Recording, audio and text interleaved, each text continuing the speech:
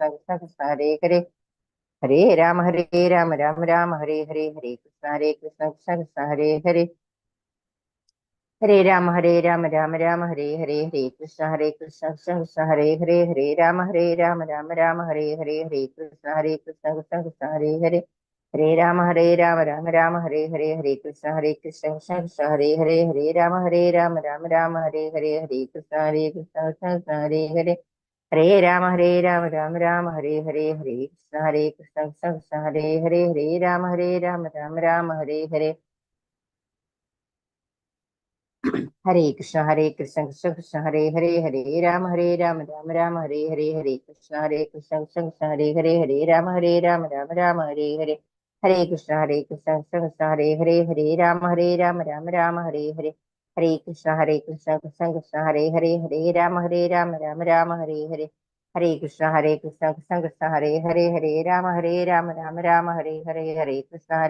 कृष्ण कृष्ण हरे हरे, हरे राम हरे कृष्ण कृष्ण कृष्ण हरे हरे, हरे राम हरे हरे, हरे कृष्ण कृष्ण कृष्ण हरे हरे, हरे राम हरे हरे, हरे कृष्ण कृष्ण कृष्ण हरे हरे, हरे राम हरे हरे, हरे कृष्ण कृष्ण कृष्ण हरे हरे, हरे राम हरे हरे, हरे कृष्ण कृष्ण कृष्ण हरे हरे, हरे राम हरे हरे, हरे कृष्ण कृष्ण कृष्ण हरे हरे, हरे राम हरे हरे, हरे कृष्ण कृष्ण कृष्ण हरे हरे, हरे राम हरे हरे, हरे कृष्ण कृष्ण कृष्ण हरे हरे, हरे राम हरे हरे, हरे कृष्ण कृष्ण कृष्ण हरे हरे, हरे राम हरे हरे, हरे कृष्ण कृष्ण कृष्ण हरे हरे, हरे राम हरे हरे, हरे कृष्ण कृष्ण कृष्ण हरे हरे, हरे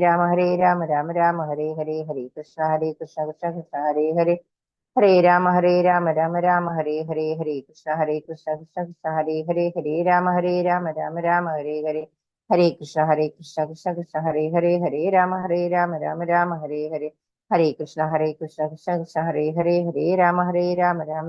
हरे,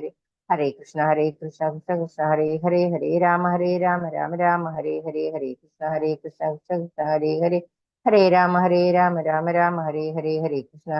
कृष्ण कृष्ण हरे हरे, हरे राम हरे हरे, हरे कृष्ण कृष्ण कृष्ण हरे हरे, राम हरे हरे, हरे कृष्ण कृष्ण कृष्ण हरे हरे, हरे राम हरे हरे, हरे कृष्ण कृष्ण कृष्ण हरे हरे, हरे राम हरे हरे, हरे कृष्ण कृष्ण कृष्ण हरे हरे, राम हरे हरे, हरे कृष्ण कृष्ण कृष्ण हरे हरे, हरे राम हरे हरे, हरे कृष्ण कृष्ण कृष्ण हरे हरे, हरे कृष्ण प्रणाम। हरे कृष्ण कृष्ण कृष्ण हरे हरे, हरे राम हरे हरे, हरे कृष्ण कृष्ण कृष्ण हरे हरे, हरे कृष्ण हरे माता जी, हरे राम हरे हरे, हरे कृष्ण प्रभु जी, हरे कृष्ण। हरे कृष्ण प्रभु जी, कृष्ण नाम माता जी, हरे कृष्ण प्रणामം. ഹരേ എല്ലാവർക്കും പ്രണാമം. നമുക്ക് പ്രാർത്ഥനയിലേക്ക് കിടക്കാം. ഓം നമോ ഭഗവതേ വാസുദേവായ, ഓം നമോ ഭഗവതേ വാസുദേവായ, ഓം നമോ ഭഗവതേ വാസുദേവായ. നാരായണം നമസ്കൃത്യം നരം ചൈവ നരോത്തമം ദേവീം സരസ്വതിം വ്യാസം തതോ ജയമുദ്രയേത് നഷ്ടപ്രയേഷു ഭദ്രേഷു നിത്യം ഭാഗവത സേവയാ ഭാഗവതേ ഉത്തമ ശ്ലോകേ ഭക്തിർഭവതി നഷ്ടകീം മൂകം കരോതി വാചാലം പങ്കും ലംഘയതേ ഗിരി യത്കൃപതമഹം വന്ദേ പരമാനന്ദമാധവം ശ്രീ ഗുരു ദീനദാരിണം ശ്രീ ചൈതന്യമീശ്വരം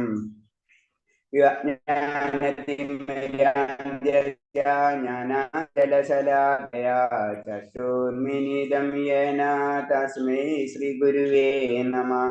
ശ്രീചൈതന്യം മനോഭൃഷ്ടം സ്ഥാപിതം യേന ഭൂതലേ സ്വയം ധൂപകഥാമഹ്യം തദാതി സ്വഭാന്തികം വന്ദേഹം ശ്രീഗുരു ശ്രീയുതപദകമലം ശ്രീഗുരും വൈഷ്ണവാംസ ശ്രീരൂപം സാഗരജാതം സഹന രഘുനാഥാനിരം തം സജീവം സാദൈവം സാവധൂതം പരിജനസഹിതം കൃഷ്ണചൈതന്യദേവം ശ്രീരാധാകൃഷ്ണപാദാൻ സഹന ലളിത ശ്രീവിശാഖാനിം കാംസ ഹേ കൃഷ്ണ കരുണാ സിന്ധോ ദീനബന്ധോ ജഗത്പദേ ഗോപേശ ഗോപികാ കാന്ത രാധാകാന്ത നമസ്തുതേ തപ്തകാഞ്ചന ഗൗരാംഗേ രാധേ വൃന്ദാവനേശ്വരി വൃഷഭാനുസുതേ ദേവി പ്രണമാമി ഹരിപ്രിയേ വാഞ്ചാകൽപതരൂപേച്ഛ കൃപാ സിന്ധിഭ്യേവ ച പതിനാം പാവനേഭ്യോ വൈഷ്ണവേഭ്യോ നമോ നമഃ.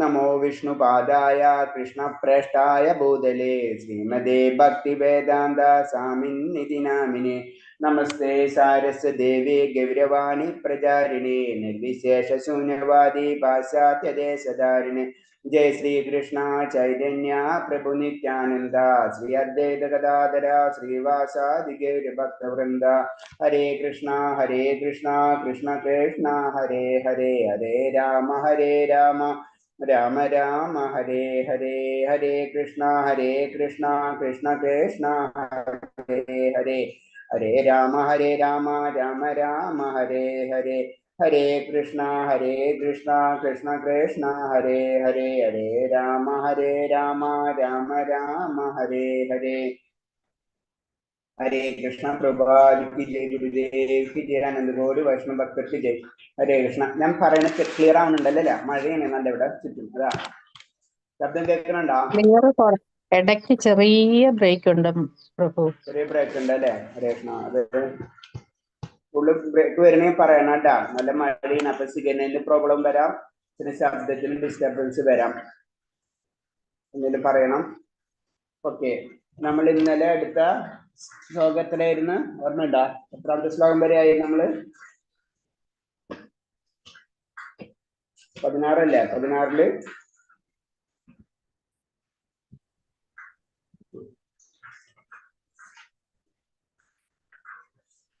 9 വരെ എടുത്തു 9 വരെ അല്ലേ ഓക്കെ 10 തൊട്ട് ഓം നമോ ഭഗവതേ വാസുദേവായ ഓം നമോ ഭഗവതേ വാസുദേവായ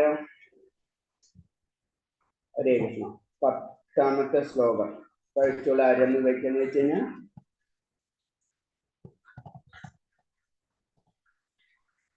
വായിച്ചോളൂ. ഹരേ കൃഷ്ണ. കാമമാശ്രിത്യ ദുഷ്പുരം ദംഭമാനമദാന്യതാ മോഹാദ് ഗൃഹീത്വാ സദ്ഗ്രാഹാൻ പ്രവർത്തന്തേ ശുചിവ്രതാഃ. അടക്കാനാവാത്ത കാമം പൂണ്ടും ദംഭം ദുരഭിമാനം എന്നിവയിൽ മുഴുകി വ്യാമോഹിതരുമായ സ്വഭാവികൾ ക്ഷണികരായതിൽ ആകർഷങ്ങൾ ചെയ്തുകൊണ്ടുവരുന്നു. ഹരേ കൃഷ്ണ. ഹരേ കൃഷ്ണ. ഇതിൽ പറയുന്നത് കാമാശ്രിത ദുസ്ഫൂരം ദംഭമാനമദാനിതം മോഹാത് ഗ്രഹാൻ പ്രവർത്തന്റെ ശുചിവൃത. അടക്കാനാവാത്ത കാമം പൂണ്ടും ദംഭം ദുരഭിമാനം എന്നിവയിൽ മുഴുകി വ്യാമോഹിതരായ അസുര സ്വാഭാവിക ക്ഷണികമായതിൽ ആകൃഷ്ടരായി എന്നും വൃത്തിഹീനമായ കർമ്മങ്ങൾ ചെയ്തു വരുന്നു. അപ്പം ഇതും ഇതേപോലെ തന്നെ ആസുര സ്വാഭാവികമുള്ള വ്യക്തികളുടെ കാര്യങ്ങളാണ് പറയുന്നത്. അപ്പൊ അവർക്കെന്ന് പറഞ്ഞു കഴിഞ്ഞാൽ അവര് കാമം എപ്പോഴും ആഗ്രഹങ്ങൾ നമ്പം പിന്നെ ദുരാഭിമാനം എന്നിവയിലായിരിക്കും അവർക്ക്. ഇപ്പൊ എന്നെ എല്ലാവരും റെസ്പെക്ട് ചെയ്യണം മനസ്സിലായി ഞാനാണ് ഏറ്റവും വലുത് അഹങ്കാരം അതുപോലെ തന്നെ കാമം എനിക്ക് എല്ലാതും വേണം അതിനുള്ള കാര്യങ്ങളൊക്കെ അവരിങ്ങനെ പറഞ്ഞുകൊണ്ടിരിക്കും. അതാണ് അസുരന്മാരെ മനോഭാവം എന്ന് പറയുന്നത്.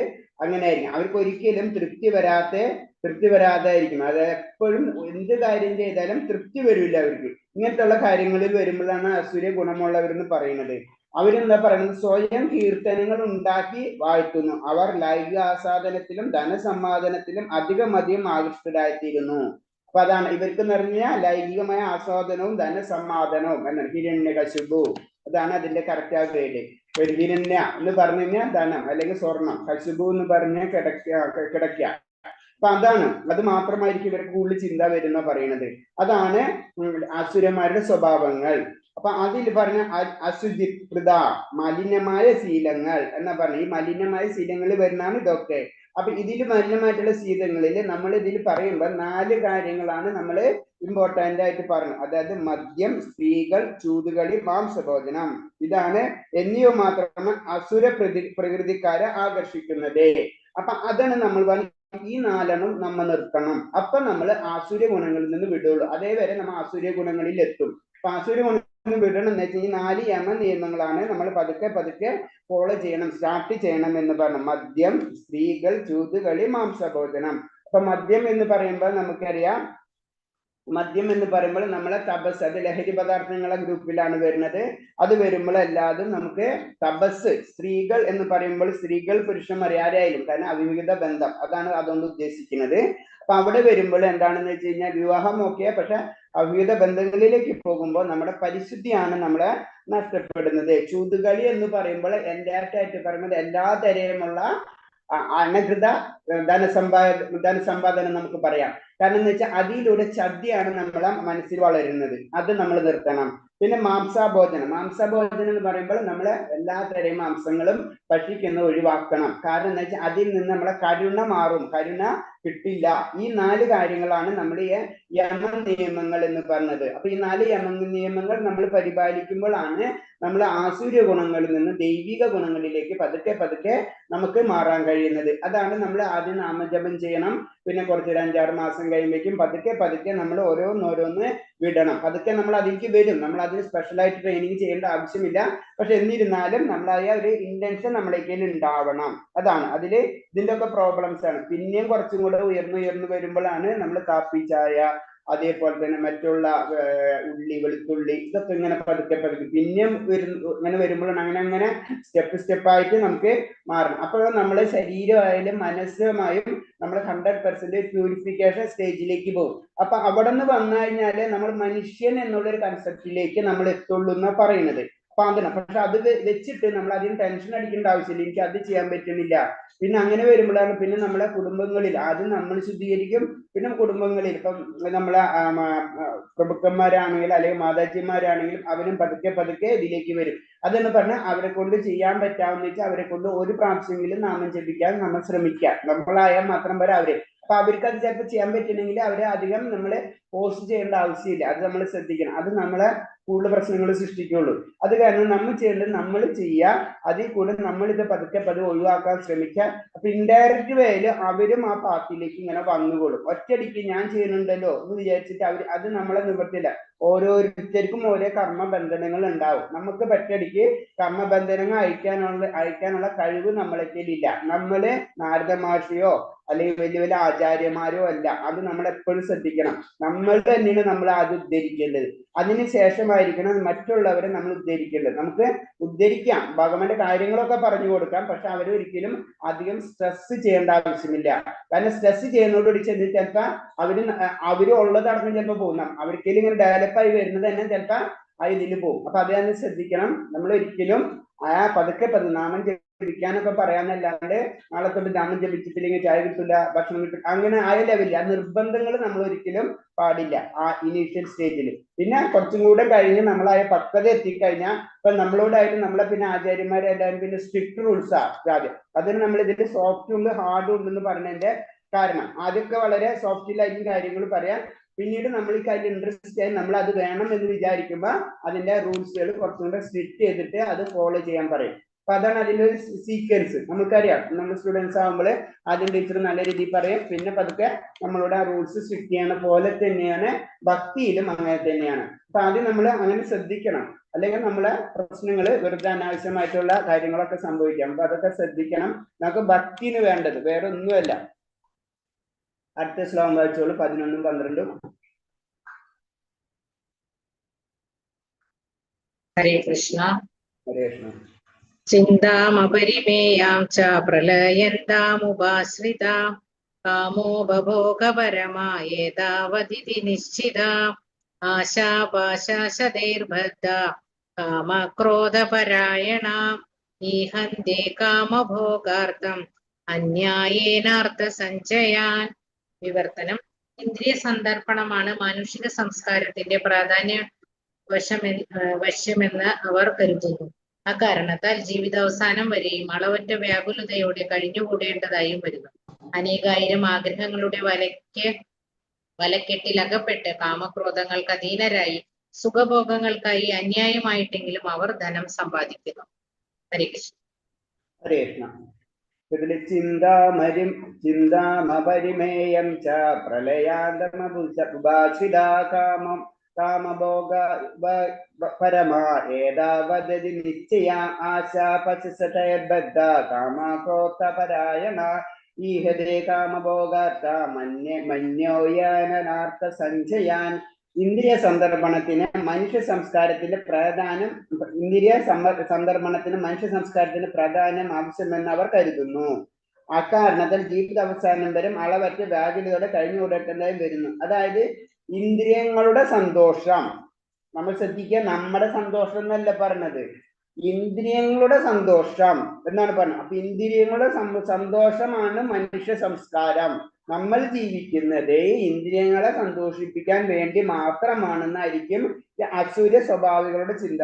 അപ്പൊ അതിനു വേണ്ടി എന്തൊക്കെ പ്രവർത്തനങ്ങൾ ചെയ്യണം, അവര് ഇങ്ങനെ വ്യാകുലതരായി, അതില് ഫുള്ള് ബിസി ആയിരിക്കും അവര്.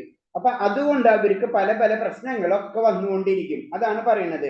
അനേകായിരം ആഗ്രഹങ്ങളെ വലയ്ക്കകലിൽപ്പെട്ട് കാമക്രോധങ്ങൾക്ക് അതീതനായി സുഖഭോഗങ്ങൾക്ക് അന്യായമെങ്കിൽ അവർ ധനം സമ്പാദിക്കുന്നു. അപ്പോഴും പറഞ്ഞു ഒരാഗ്രഹമല്ല, ഒന്നിന്മേൽ നല്ലത്. അങ്ങനെ നമുക്ക് ഒറ്റയടിക്ക് നമ്മളോട് എന്താ ആഗ്രഹം എന്ന് വെച്ചാൽ നമുക്ക് പെട്ടെന്ന് പറയാൻ കിട്ടില്ല. അതെന്താണ്, നമുക്ക് അനവധി ആഗ്രഹങ്ങൾ നമ്മുടെ ഉള്ളിൽ കിടക്കുന്നുണ്ടാവും. അപ്പൊ അത് കിട്ടിയാൽ അത് പറഞ്ഞ ആ അനവധി ആഗ്രഹങ്ങൾക്ക് കാരണം അതിനത് വലയം പെട്ടിരിക്കുന്നു പറയുന്നത്. അങ്ങനെ ആ ആഗ്രഹങ്ങൾക്ക് വേണ്ടി നമ്മൾ അധികം ഇങ്ങനെ വർക്ക് ചെയ്തുകൊണ്ടിരിക്കും. അപ്പൊ അതിന് മെയിൻ ആയിട്ട് വേണ്ടതാണ് ധനമാണ്. ആ ധനത്തിന് വേണ്ടിയിട്ട് പല മാർഗങ്ങളും, ഏത് രീതിയിലുള്ള മാർഗങ്ങളും നമ്മൾ ചെയ്യാൻ തയ്യാറാവും. അതാണ് ആസുര്യ സ്വഭാവമുള്ളവരുടെ ഉദ്ദേശം. അപ്പൊ ഇവരെ ലക്ഷ്യം എന്ന് പറഞ്ഞാൽ അവരുടെ ജീവിത ലക്ഷ്യം തന്നെ പറയുന്നത് ഇന്ദ്രിയങ്ങളെ സുഖിപ്പിക്കുക, അത് മാത്രമാണ്. മരണം വരെ ഈ വിശ്വാസം പുലർത്തിയിരിക്കും. മരിക്കുന്നത് വരെയും അവര് ചിന്തിക്കാന്ന് പറഞ്ഞിട്ട് മരണത്തിന് ആ അവസാന ഘട്ടത്തില് കുറച്ചും കൂടെ എനിക്ക് ചെയ്യാനുണ്ട്. ഇപ്പൊ നമ്മൾ പറയില്ല അമ്മൂമ്മ അല്ലെങ്കിൽ മുത്തശ്ശി അത്ര ലെവലിൽ അല്ലെങ്കിൽ മോളെ, അങ്ങനെ ഓരോ കാര്യങ്ങൾ അവർ ചിന്തിച്ചുകൊണ്ടിരിക്കുക. മരിക്കുന്ന സമയത്തും അവര് പറഞ്ഞു ഒന്നുകൂടെ കുറച്ചും കൂടെ എനിക്ക് ആയുസ് കിട്ടിക്കഴിഞ്ഞാൽ എത്ര നല്ലതായിരിക്കും എന്നായിരിക്കും എപ്പോഴും ഈ ആസുര്യ സ്വഭാവമുള്ള വ്യക്തികളുടെ ചിന്താഗതി. അപ്പൊ നമ്മൾ ശ്രദ്ധിക്കണം, മൃത്യു മുഹൂർത്തം അടുത്ത് കഴിഞ്ഞാൽ മനുഷ്യന്റെ ഇഷ്ടത്തിന് പ്രസക്തിയില്ല. നമുക്ക് കറക്റ്റായിട്ട് നിശ്ചയിച്ചിട്ടുണ്ട്. ആ നിശ്ചയത്തിനനുസരിച്ച് നമുക്ക് മരണം വന്നിരിക്കും. അതിൽ ഒരു സെക്കൻഡ് പോലും നമുക്ക് കൂട്ടാനോ കുറയ്ക്കാനോ കഴിയില്ല. അനുഭവിക്കാൻ വിധിച്ചതിലേറെ ഒരൊറ്റ നിമിഷം പോലും പ്രകൃതി നിയമം നമുക്ക് അനുവദിച്ചു തരുന്നില്ല. ഭഗവാൻ എന്നല്ല പറഞ്ഞത്, പ്രകൃതിയുടെ നിയമമാണ്. പ്രകൃതിയുടെ നിയമം അനുസരിച്ച് ഓരോ കാര്യങ്ങൾ സെറ്റ് ചെയ്തിട്ടുണ്ട്. അതിൽ കൂടെയാണ് നമ്മൾ സഞ്ചരിച്ചുകൊണ്ടിരിക്കുന്നത്. അതിലൊരു സെക്കൻഡ് പോലും നമുക്ക് മുകളിലേക്ക് കഴിയാൻ പറ്റില്ല. നമുക്കൊരു പർട്ടിക്കുലർ ടൈം തന്ന് ആ ടൈമിനുള്ളിൽ കാര്യങ്ങൾ ചെയ്യേണ്ടത് നീ ചെയ്തു കൊള്ളുക.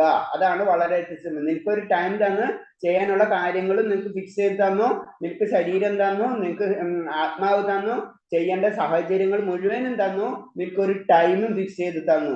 ആ ടൈമിനുള്ളിൽ നിന്റെ ശരീരവും നിന്റെ ആത്മാവും ഉപയോഗിച്ച് നീ ചെയ്യേണ്ട കാര്യങ്ങൾ ചെയ്ത് നീ ആത്മീയ ലോകത്തിലെ സ്വധാമത്തിലേക്ക് കടക്കുക. ഇതാണ് പ്രകൃതിയുടെ നിയമം. അത് എന്ന് തീരുന്നില്ല, അതേവരെ നമ്മൾ ഈ ഭൗതിക ചക്രത്തിൽ, ജനന മരണ ചക്രത്തിൽ നമ്മളിങ്ങനെ കറങ്ങിക്കൊണ്ടിരിക്കും. അപ്പൊ അതിൽ വേറൊരു ഉദാഹരണം പറഞ്ഞത് ഉപനിഷത്തിൽ പറയുന്നുണ്ട്. 2 പക്ഷികൾ ഒരേ വൃക്ഷത്തിന്മേലുള്ളവരാണ്. ഒന്ന് ശാഖ തോറും കയ്പും മധുരമുള്ള ഫലങ്ങൾ ഭുജിക്കുന്നു. അപ്പൊ 2 പക്ഷികളെ പറ്റിയാണ്. നമുക്ക് ആത്മാവ് പരമാത്മാവ് എന്ന് പറയുമ്പോ 2 പക്ഷികളെ പറ്റിയാണ് പറയുന്നത്. ഒരു പക്ഷി എന്ന് പറയുമ്പോ പരമാത്മാവ്. ആ പക്ഷി എന്ന് പറയുമ്പോൾ എല്ലാതും വീക്ഷിക്കാണ് ചെയ്യുന്നത്. പക്ഷെ അടുത്ത ജീവാത്മാവ് എന്ന് പറഞ്ഞത് എന്താ, അതിങ്ങനെ ഒരു ശാഖയിൽ നിന്ന് അടുത്ത ശാഖയിലേക്ക്, ഒരു ശാഖയിൽ നിന്ന് അടുത്ത ശാഖയിലേക്ക് നമുക്ക് അതിന്റെ അധ്യയനത്തിൽ പഠിച്ചല്ലേ. കാരണം എന്താണ്, ഒരു ശാഖയിൽ നിന്ന് അടുത്ത ശാഖയിലേക്ക്, ഒരു ജന്മത്തിൽ നിന്ന് അടുത്ത ജന്മത്തിലേക്ക് എന്ത് ചെയ്യുന്നു, കയ്പും മധുരമുള്ള ഫലങ്ങൾ, ഒരേ സമയത്ത് പലതരം അനുഭവങ്ങൾ നമ്മളിങ്ങനെ ആസ്വദിച്ചു കൊണ്ടിരിക്കുന്നു. അടുത്ത പക്ഷി എന്താണ്, പരമാത്മാവ് എന്ന് പറയുന്ന പക്ഷി സാക്ഷിയായിട്ടിരിക്കുന്നു. ആസുര സ്വഭാവികൾക്ക് വേദവിജ്ഞാനമില്ല. അപ്പൊ എന്താണ്, അങ്ങനെയുള്ള പക്ഷികൾ, അതായത് അങ്ങനെയുള്ള ആത്മാക്കൾക്ക് വേദവിജ്ഞാനമില്ല, അവർക്ക് അതിൽ വിശ്വാസമില്ല. അയാൾ ഭവിഷ്യത്തുകളോർത്ത് സുഖഭോഗങ്ങൾക്ക് വേണ്ടി എന്തും ചെയ്യുന്നു. അയാളുടെ ലക്ഷ്യം എന്ന് പറഞ്ഞ് ഇന്ദ്രിയങ്ങൾക്കുള്ള സന്തോഷമായിരിക്കും. അതുകൊണ്ട് ആ വ്യക്തി അതിനു വേണ്ടിയിട്ടുള്ള പ്രവർത്തനങ്ങളായിരിക്കും. ഓട്ടോമാറ്റിക് നമ്മൾ സിമ്പിൾ ആയിട്ട് പറഞ്ഞ ഭൗതികത മാത്രം, ആത്മീയതയിലെ ഒരു കണിക പോലും ആസുര സ്വാഭാവിക വ്യക്തികൾക്ക് ഉണ്ടാകില്ല.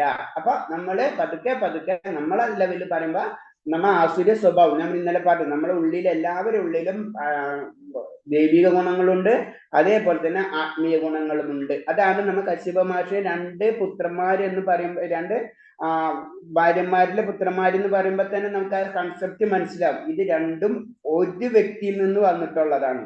അപ്പൊ അത് പക്ഷെ എന്താണ്, ആ വളർന്ന സിറ്റുവേഷൻസ്, ആ ഗർഭപാത്രത്തിലുള്ള സിറ്റുവേഷൻസ് അനുസരിച്ച് തിഥി അതിഥി അല്ലെ, അസുരന്മാർ ദേവർ. അപ്പൊ നമ്മളെ സാഹചര്യത്തിന് വളരെയധികം ഇമ്പോർട്ടൻസ് ഉണ്ട്. അത് നമ്മൾ നല്ല രീതിയിൽ ഉപയോഗിക്കുകയാണെങ്കിൽ നമുക്ക് എന്ത് സംഭവിക്കും? നമുക്ക് ദൈവിക ഗുണം നമ്മളിൽ വരും. അതാണ് നമുക്ക് തന്നിട്ടുള്ള ഈ ടൈം പീരീഡ്. ഈ ടൈം പീരീഡേ ഉള്ളൂ. ആ ടൈം പീരീഡിൽ നമ്മൾ ചെയ്യേണ്ട കാര്യങ്ങൾ ചെയ്യണം. അതിനുള്ള കഴിവ് ഭഗവാൻ നമുക്ക് തന്നിട്ടുണ്ട്. അതിന്റെ മാനുവൽ നമുക്ക് തന്നിട്ടുണ്ട്. 13 തൊട്ട് 15 വരെ വായിച്ചോളൂ. ഇദമദ്യമയാ ലബ്ധം ഇമം പ്രാപ്സേ മനോരഥം ഇദമസ്തീദമപി മേ ഭവിഷ്യതി പുനർധനം അസൗ മയാ ഹതഃ ശത്രുർ അനിഷ്യേ ചാപരാനപി ഈശ്വരോഹമഹം ഭോഗീ സിദ്ധോഹം ബലവാൻ സുഖീ ആഠ്യോഭിജനവാനസ്മി കോന്യോസ്തി സദൃശോ മയാ യക്ഷ്യേ ദാസ്യാമി മോദിഷ്യ ഇത്യജ്ഞാനവിമോഹിതാഃ.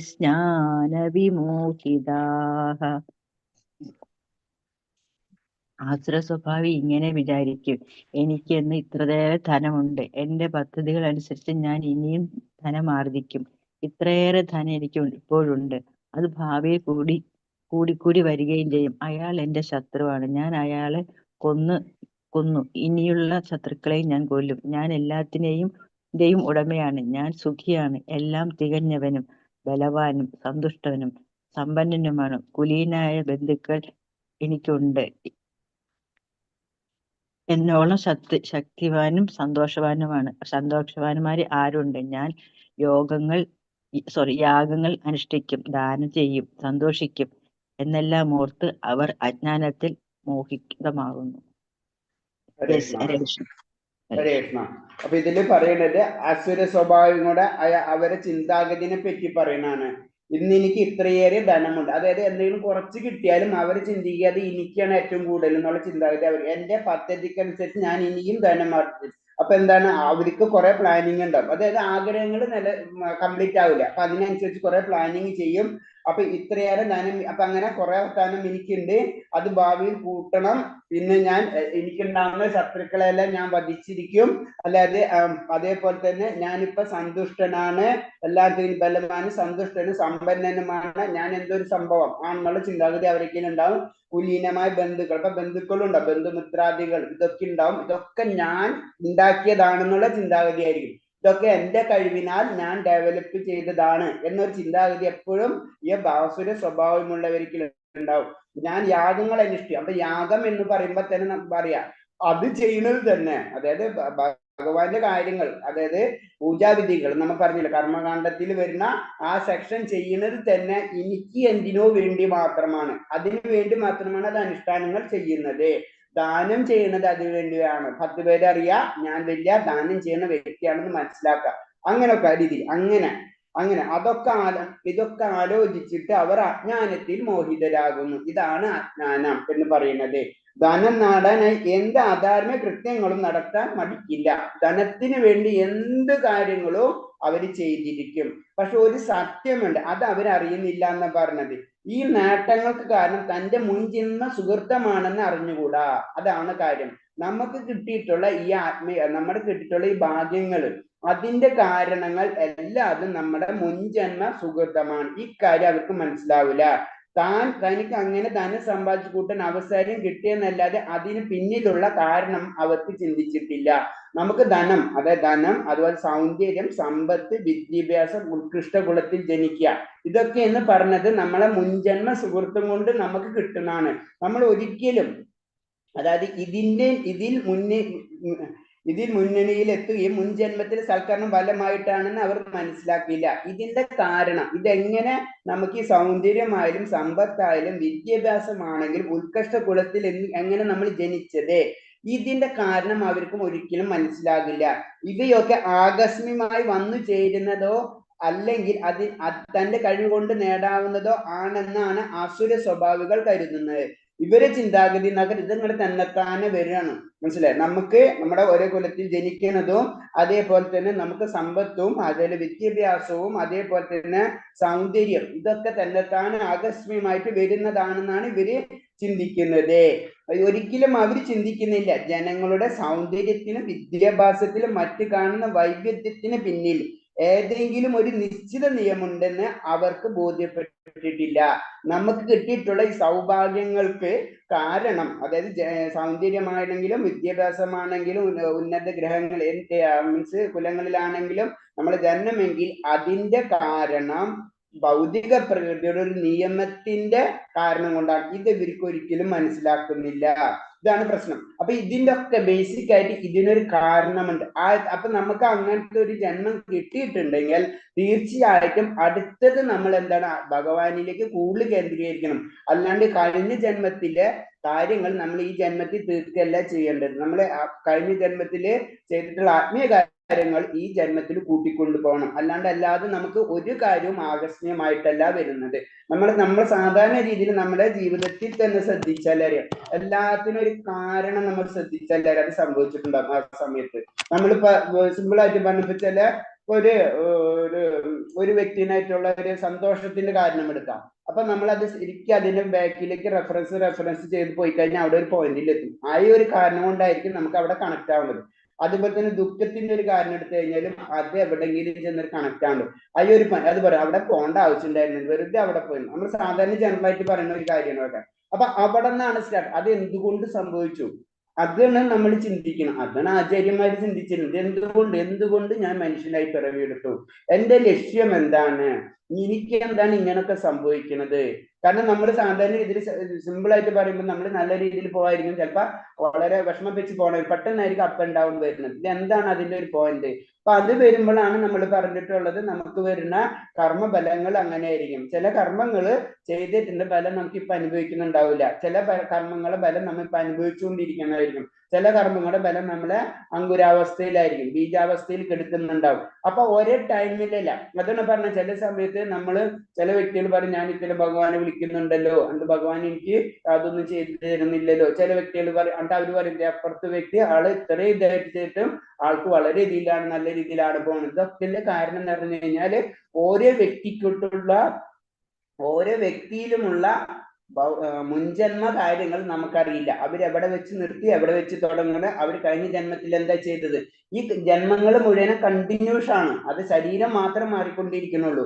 അപ്പൊ എന്താ സംഭവിക്കുന്നത് വെച്ച് കഴിഞ്ഞാൽ കഴിഞ്ഞ ജന്മത്തിന്റെ ബാക്കിയായിരിക്കും. കഴിഞ്ഞ ജന്മത്തിൽ ആ സുഹൃത്തം ചെയ്ത വ്യക്തികൾക്ക് അതിനനുസരിച്ചിട്ടുള്ള സമ്പത്തും ജ്ഞാനവും അതേപോലെ തന്നെ സൗന്ദര്യം ഇതൊക്കെ ലഭിച്ചുകൊണ്ടിരിക്കും. അവർക്ക് അങ്ങനത്തെ കാര്യങ്ങൾ തിരിച്ചും സംഭവിച്ചുകൊണ്ടിരിക്കാം. അത് ഏത് സമയത്താണ് അത് പൊട്ടിപ്പോണെന്ന് നമുക്ക് പറയാൻ പറ്റില്ല. പ്ലസ് ആയാലും മൈനസ് ആയാലും. അതാണ് പറഞ്ഞത്. അത് ശരിക്കും സാധാരണ അസൂര്യ സ്വഭാവങ്ങൾക്കും മനസ്സിലാവില്ല. നമ്മളെ പോലുള്ളവർക്ക് എല്ലാവർക്കും ജനറൽ ആയിട്ട് പറയുന്നത് നമുക്കിത് മനസ്സിലാവണില്ല, നമുക്ക് എന്തുകൊണ്ട് ഇത് സംഭവിക്കുന്നു അല്ലെ, നമുക്കറിയില്ല. നമ്മളെ ജീവിതത്തിൽ വരുന്ന മാറ്റങ്ങൾക്ക് കാരണം നമുക്ക് ഒരിക്കലും പിടികിട്ടുന്നില്ല. അപ്പൊ അതിനൊരു നിയമമുണ്ട്. ആ സത്യം നമ്മൾ മനസ്സിലാക്കണം. അത് മനസ്സിലാക്കാത്തവരെയാണ് ശരിക്കും ആസുര്യ സ്വഭാവികൾ എന്ന് പറയുന്നത്.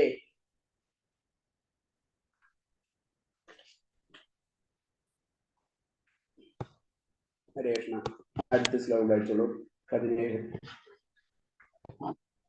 17 അല്ല 16 അല്ലേ? 16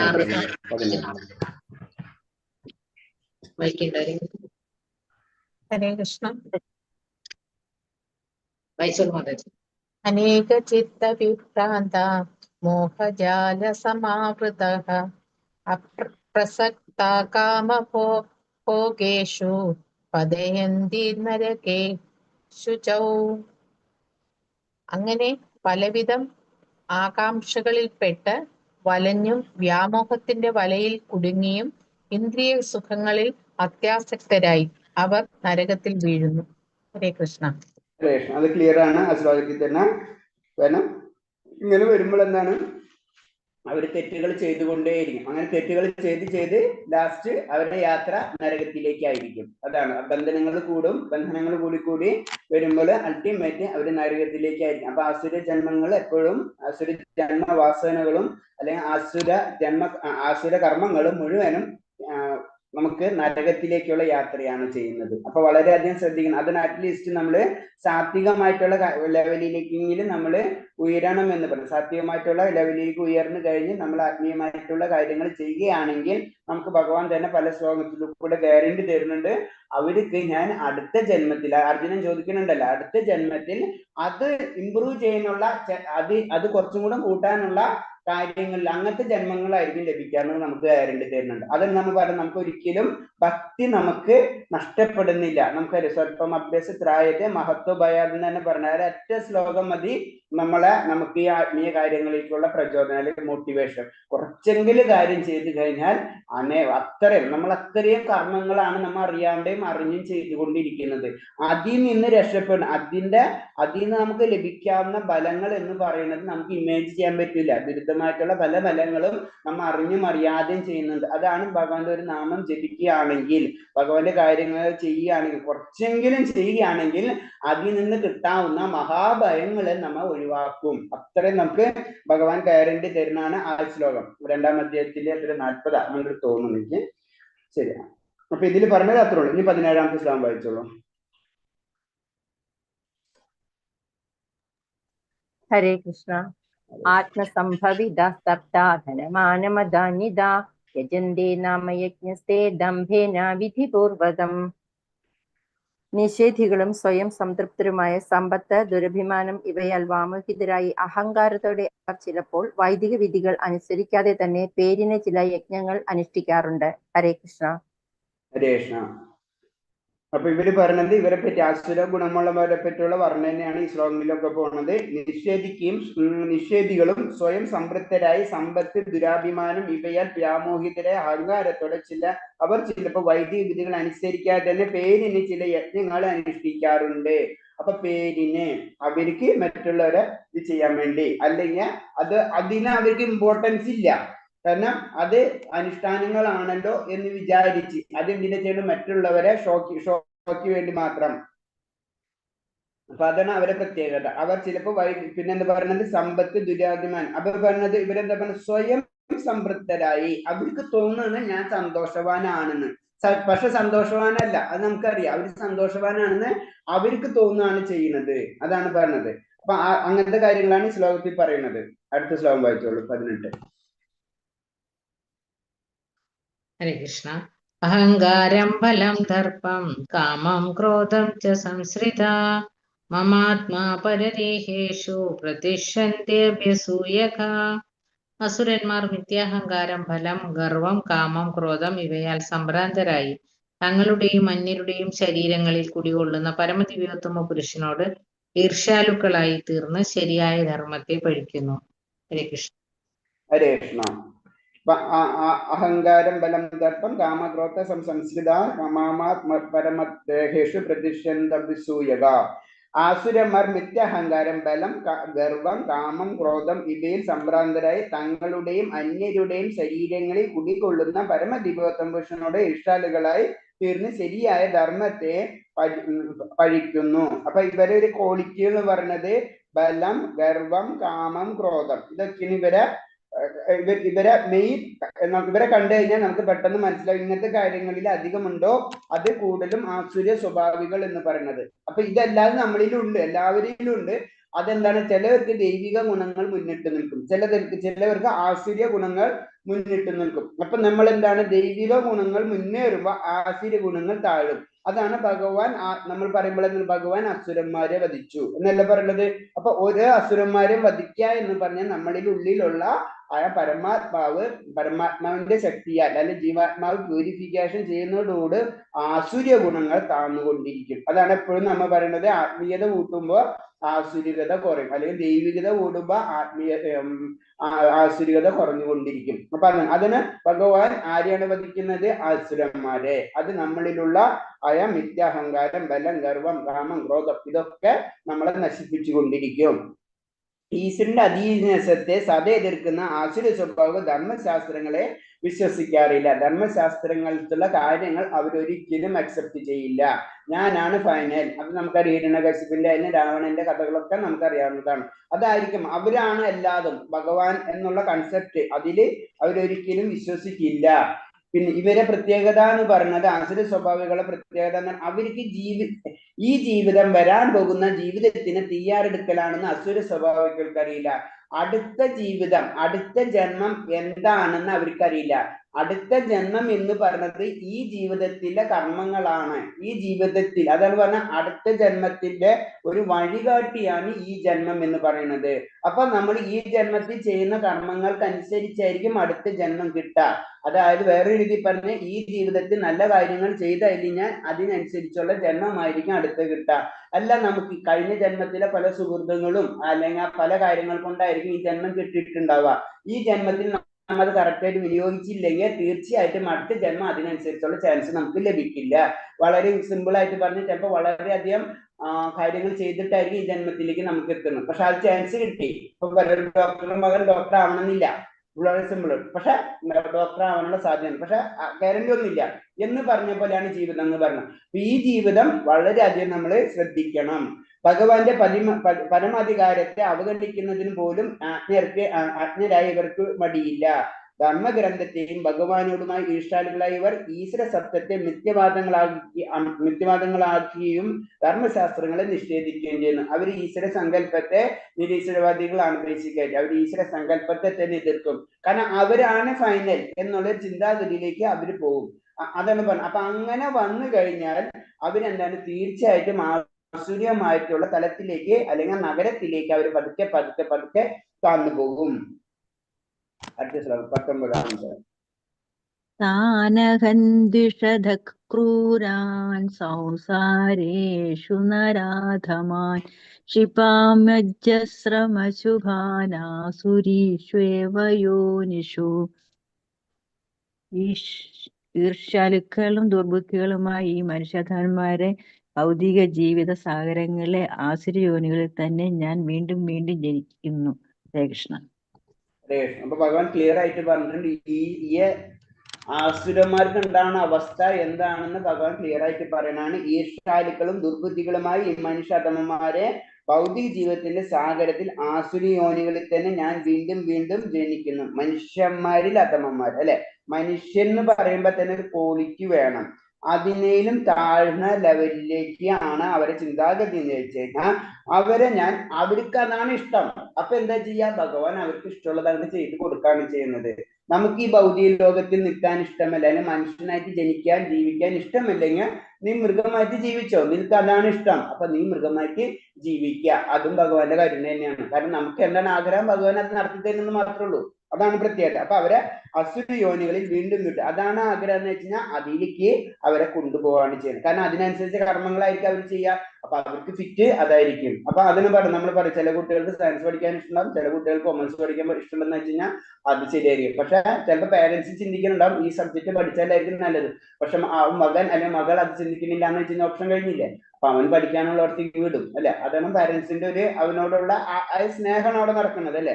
അവന്റെ ഇഷ്ടം നടക്കട്ടെ എന്ന് തന്നെയാണ് ഭഗവാൻ ചിന്തിക്കുന്നത്. കാരണം അവന്റെ ഇഷ്ടം അതാണെങ്കിൽ അതിലേക്ക് നടക്കും. അവന്റെ ഇഷ്ടം നരകലോകമാണെങ്കിൽ നരകത്തിലേക്ക് അവനെ പറഞ്ഞു വിടും. അത് കഴിഞ്ഞിട്ട് കുറച്ചു കാലം കഴിയുമ്പോൾ അവന് കാര്യങ്ങൾ മനസ്സിലാവുമ്പോഴേക്കും അവനെ പതുക്കെ പതുക്കെ ഉയർത്തി വീണ്ടും മർത്യലോകത്തിലേക്ക് കൊണ്ട് വീണ്ടും അവൻ ആഗ്രഹം എന്ന് വെച്ച് കഴിഞ്ഞാൽ ദൈവികമായിട്ട് ലോകത്തിലേക്കും പിന്നെ ഭഗവാന്റെ സ്വധാമത്തിലേക്കും തിരിച്ചു കൊണ്ടാവും. ഭഗവാന്റെ ലക്ഷ്യം എല്ലാവരെയും സ്വധാമത്തിലേക്ക് കൊണ്ടുപോവാന്ന് മാത്രമാണ്.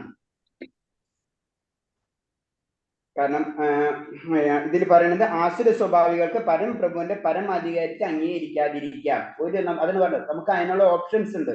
അസുര സ്വഭാവികൾക്ക് ഭഗവാന്റെ നിയമങ്ങളെ അല്ലെങ്കിൽ ഭഗവാനെ തന്നെ അംഗീകരിക്കാതിരിക്കും. ഭഗവാനാണ് അൾട്ടിമേറ്റ് എന്നുള്ള പരമാധികാരത്തെ അംഗീകരിക്കാതിരിക്കാം. അത് ഭഗവാൻ ചാൻസ് കൊടുത്തിട്ടുള്ളതാണ്. നമുക്ക് തന്നിഷ്ടം പോലെ പ്രവർത്തിക്കുമാവാം. അപ്പൊ അതിന് പറഞ്ഞു, ഞാൻ ഭഗവാൻ ഇല്ലല്ലോ, എനിക്ക് എന്ത് വേണമെങ്കിലും പ്രവർത്തിച്ചൂടെ എന്ന് ചെയ്യുന്നു.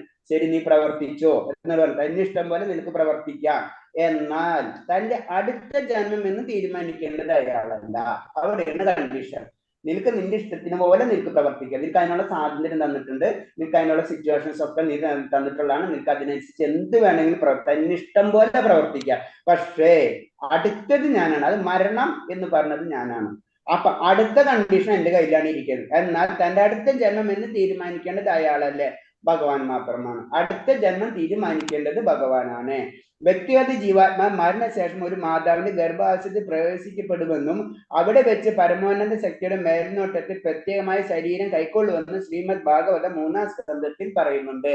ഇത് ക്ലിയർ ആയിട്ട് പറഞ്ഞിട്ടുള്ള ഭാഗവതത്തിൽ ക്ലിയർ ആയിട്ട് പറഞ്ഞിട്ടുള്ളതാണ്. നമ്മൾ മരണശേഷം ഓട്ടോമാറ്റിക്കായിട്ട് അടുത്ത ഒരു ഗർഭപാത്രത്തിൽ, മാതാവിന്റെ ഒരു ഗർഭപാത്രത്തിൽ നമ്മൾ പ്രവേശിക്കുന്നു. അവിടെ നമുക്കൊരു ശരീരം രൂപം കൊള്ളുകയും ചെയ്യുകയാണ് ചെയ്യുന്നത്.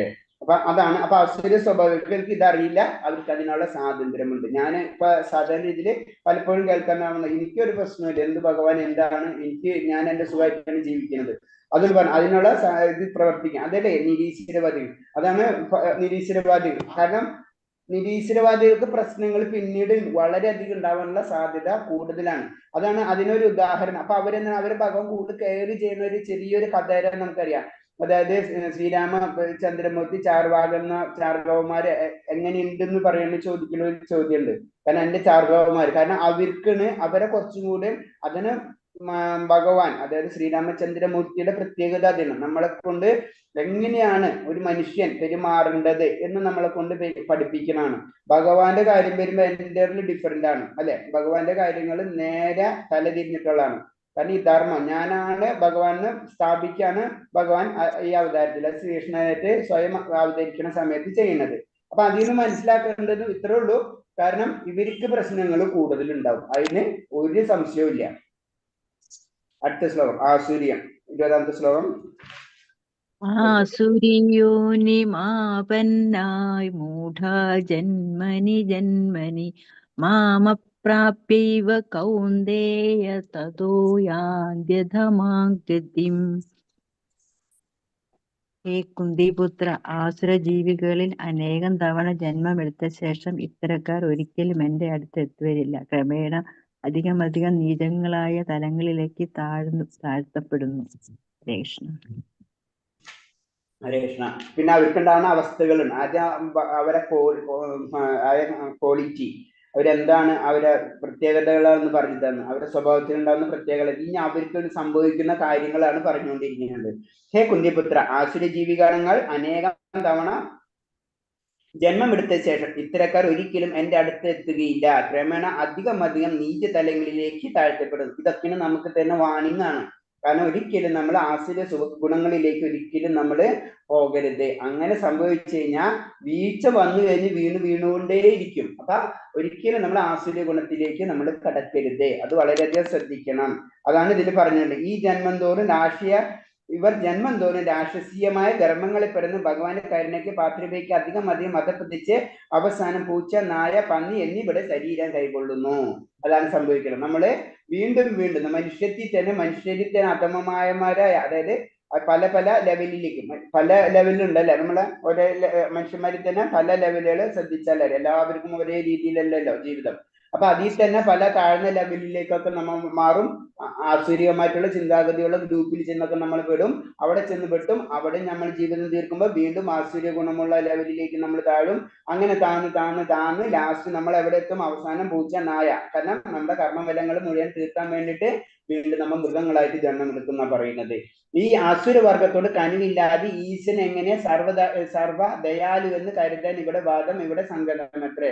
അപ്പൊ നമ്മളെ ചിന്താഗതി എന്തെന്ന് പറഞ്ഞാൽ ഭഗവാൻ ഇത്ര കരുണയില്ലാത്തതാണോ എന്ന് നമ്മൾ ചിന്തിക്കും. അതാണ് പറഞ്ഞത്. അപ്പൊ വേദാന്ത സൂത്രത്തിൽ അതിനൊരു ഉത്തരം കാണാം. ഭഗവാന് ആരോടും വിദ്വേഷമില്ല, ഭഗവാന് ആരോടും ഒരു ദേഷ്യമില്ല. അസുര കണ്ണ് ജീവിതത്തിൽ അധോലോകത്തിലേക്ക് പ്രവേശിക്കുന്നത് ഭഗവാന്റെ കനിവിനൊരു ഉദാഹരണം മാത്രമാണ്. അതും ഭഗവാന്റെ കനിവ് ആണ്. കാരണം അവർക്കാണ് അതാണ് ഇഷ്ടം, അതിലേക്ക് അവരെ പറഞ്ഞു വിടുന്നുള്ളൂ. അത് കഴിഞ്ഞ് അവരത് പതുക്കെ കഴിഞ്ഞ് വീണ്ടും അവർ വരും. അപ്പൊ ഈ ചക്രങ്ങൾ ഇങ്ങനെ കറങ്ങിക്കൊണ്ടിരിക്കും. അപ്പൊ അതാണ് നമ്മൾ ഒരിക്കലും ആത്മീയത പിടിവിടരുന്ന പറയണം. നമ്മള് പറയുമ്പോൾ മാലരെ പിടിവിടരുന്ന പറയാം, സിമ്പിൾ ആയിട്ട് പറഞ്ഞു കഴിഞ്ഞാൽ. അതാണ് നമ്മളെ വള്ളി. ആ വള്ളിയിൽ പിടിച്ചിട്ടാണ് നമ്മൾ ഉയരുന്നത്. അതായത് ഗോലോക വൃന്ദാവനത്തിലേക്കുള്ള വള്ളിയാണ് നമ്മുടെ ജപമാല എന്ന് പറഞ്ഞത് സാധാരണ രീതി പറയുമ്പോ. അപ്പൊ ആ പിടിവിടരുത് എന്ന് പറഞ്ഞു കഴിഞ്ഞാൽ ആത്മീയത, ഭഗവാനോടുള്ള അതിയായ ഭക്തി ഒരിക്കലും നമ്മൾ വിടരുത്. ബാക്കി എന്ത് കിട്ടിയാലും ഭഗവാനെ നമ്മൾ വിടരുത്. അതാണ് അതും പ്രത്യേകതയാണ്. ഭൗതിക പ്രകൃതി അങ്ങനത്തെ ലെവലിലേക്ക് വരുമ്പോൾ നമുക്ക് പല ഭൗതിക ഐശ്വര്യങ്ങൾ കൂട്ടിക്കൊണ്ടിരിക്കും. ഒരു ലെവൽ കഴിഞ്ഞ് കൂട്ടും. ആ കൂട്ടിയിൽ നമ്മൾ പിടി വിടരുതെന്നാ പറയുന്നത്. അത് വിട്ട് കഴിഞ്ഞാൽ വീണ്ടും നമ്മൾ താഴ്ത്തി വീണ്ടും ഈ ചക്രത്തിൽ കടന്ന് നമ്മളിങ്ങനെ കറങ്ങിക്കൊണ്ടിരിക്കും. 21-ാം ശ്ലോകം വായിച്ചോളൂ.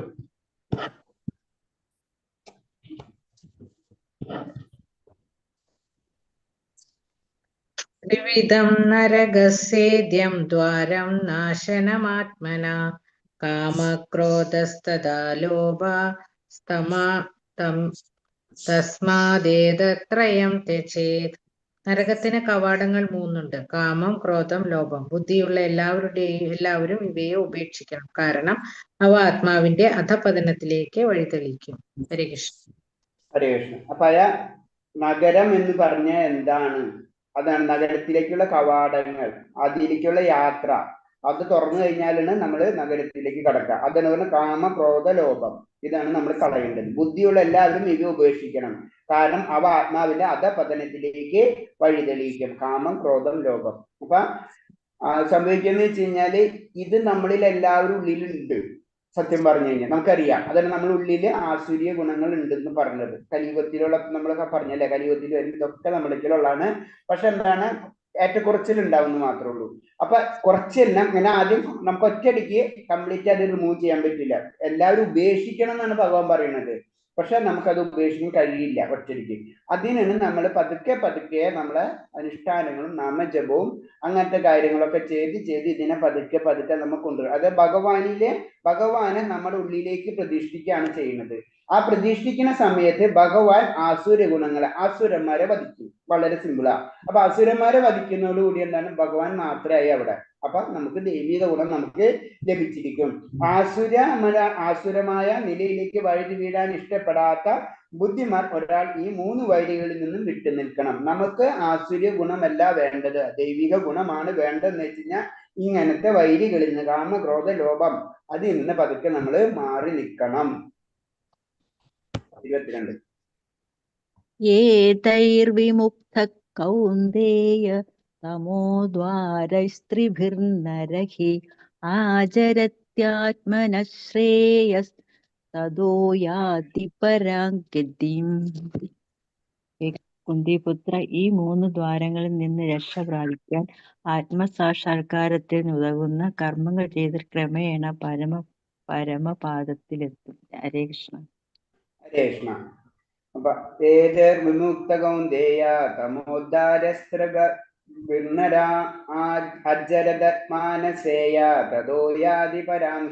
കുന്തിപുത്ര, ഈ 3 നരകദ്വാരങ്ങളിൽ നിന്നും രക്ഷ പ്രാപിച്ചവർ ആത്മസാക്ഷാത്കാരത്തിന് ഉതകുന്ന കർമ്മങ്ങൾ ചെയ്ത് ക്രമേണ പരമപദത്തിലെത്തും. അതും ക്രമേണയാണ് നമ്മൾ എത്തണം. നമുക്ക് ഒറ്റയടിക്ക് ഇത് ഞങ്ങൾ വിട്ടു, നാളെ നമുക്ക് എത്തില്ല. പിന്നെ അടുത്ത സ്റ്റെപ്പ് ഉണ്ട്. ആത്മസാക്ഷാത്കാരത്തിന് ഉതകുന്ന കർമ്മങ്ങൾ ചെയ്യണം, ക്രമേണ പരമപദത്തിലെത്തും. അപ്പൊ ഭഗവാനിലേക്കുള്ള ഫസ്റ്റ് നമ്മള് ആ യാത്ര തുടങ്ങണമെങ്കിൽ നമ്മൾ എന്താണ്, ഇങ്ങനത്തെ കാര്യങ്ങളൊക്കെ അത് ഉപേക്ഷിക്കണം. അപ്പൊ അതിന് പറഞ്ഞാൽ നമുക്കത് ഉപേക്ഷിക്കാൻ പറ്റൂല. അതാണ് നമ്മളെ പതിതമായ ആത്മാക്കൾ എന്ന് പറയുന്നത്. അതാണ് ചൈതന്യ മഹാപ്രഭു നമ്മളോട് പറഞ്ഞു തരുന്നത്. കാരണം നമ്മളോട് ഇതൊക്കെ പറയാൻ എളുപ്പമാണ്, നമുക്കിത് പ്രാക്ടിക്കലാക്കി പറ്റില്ല. അതൊക്കെ കാരണം കൊണ്ടാണ് ഭഗവാൻ ഇത് പറഞ്ഞു.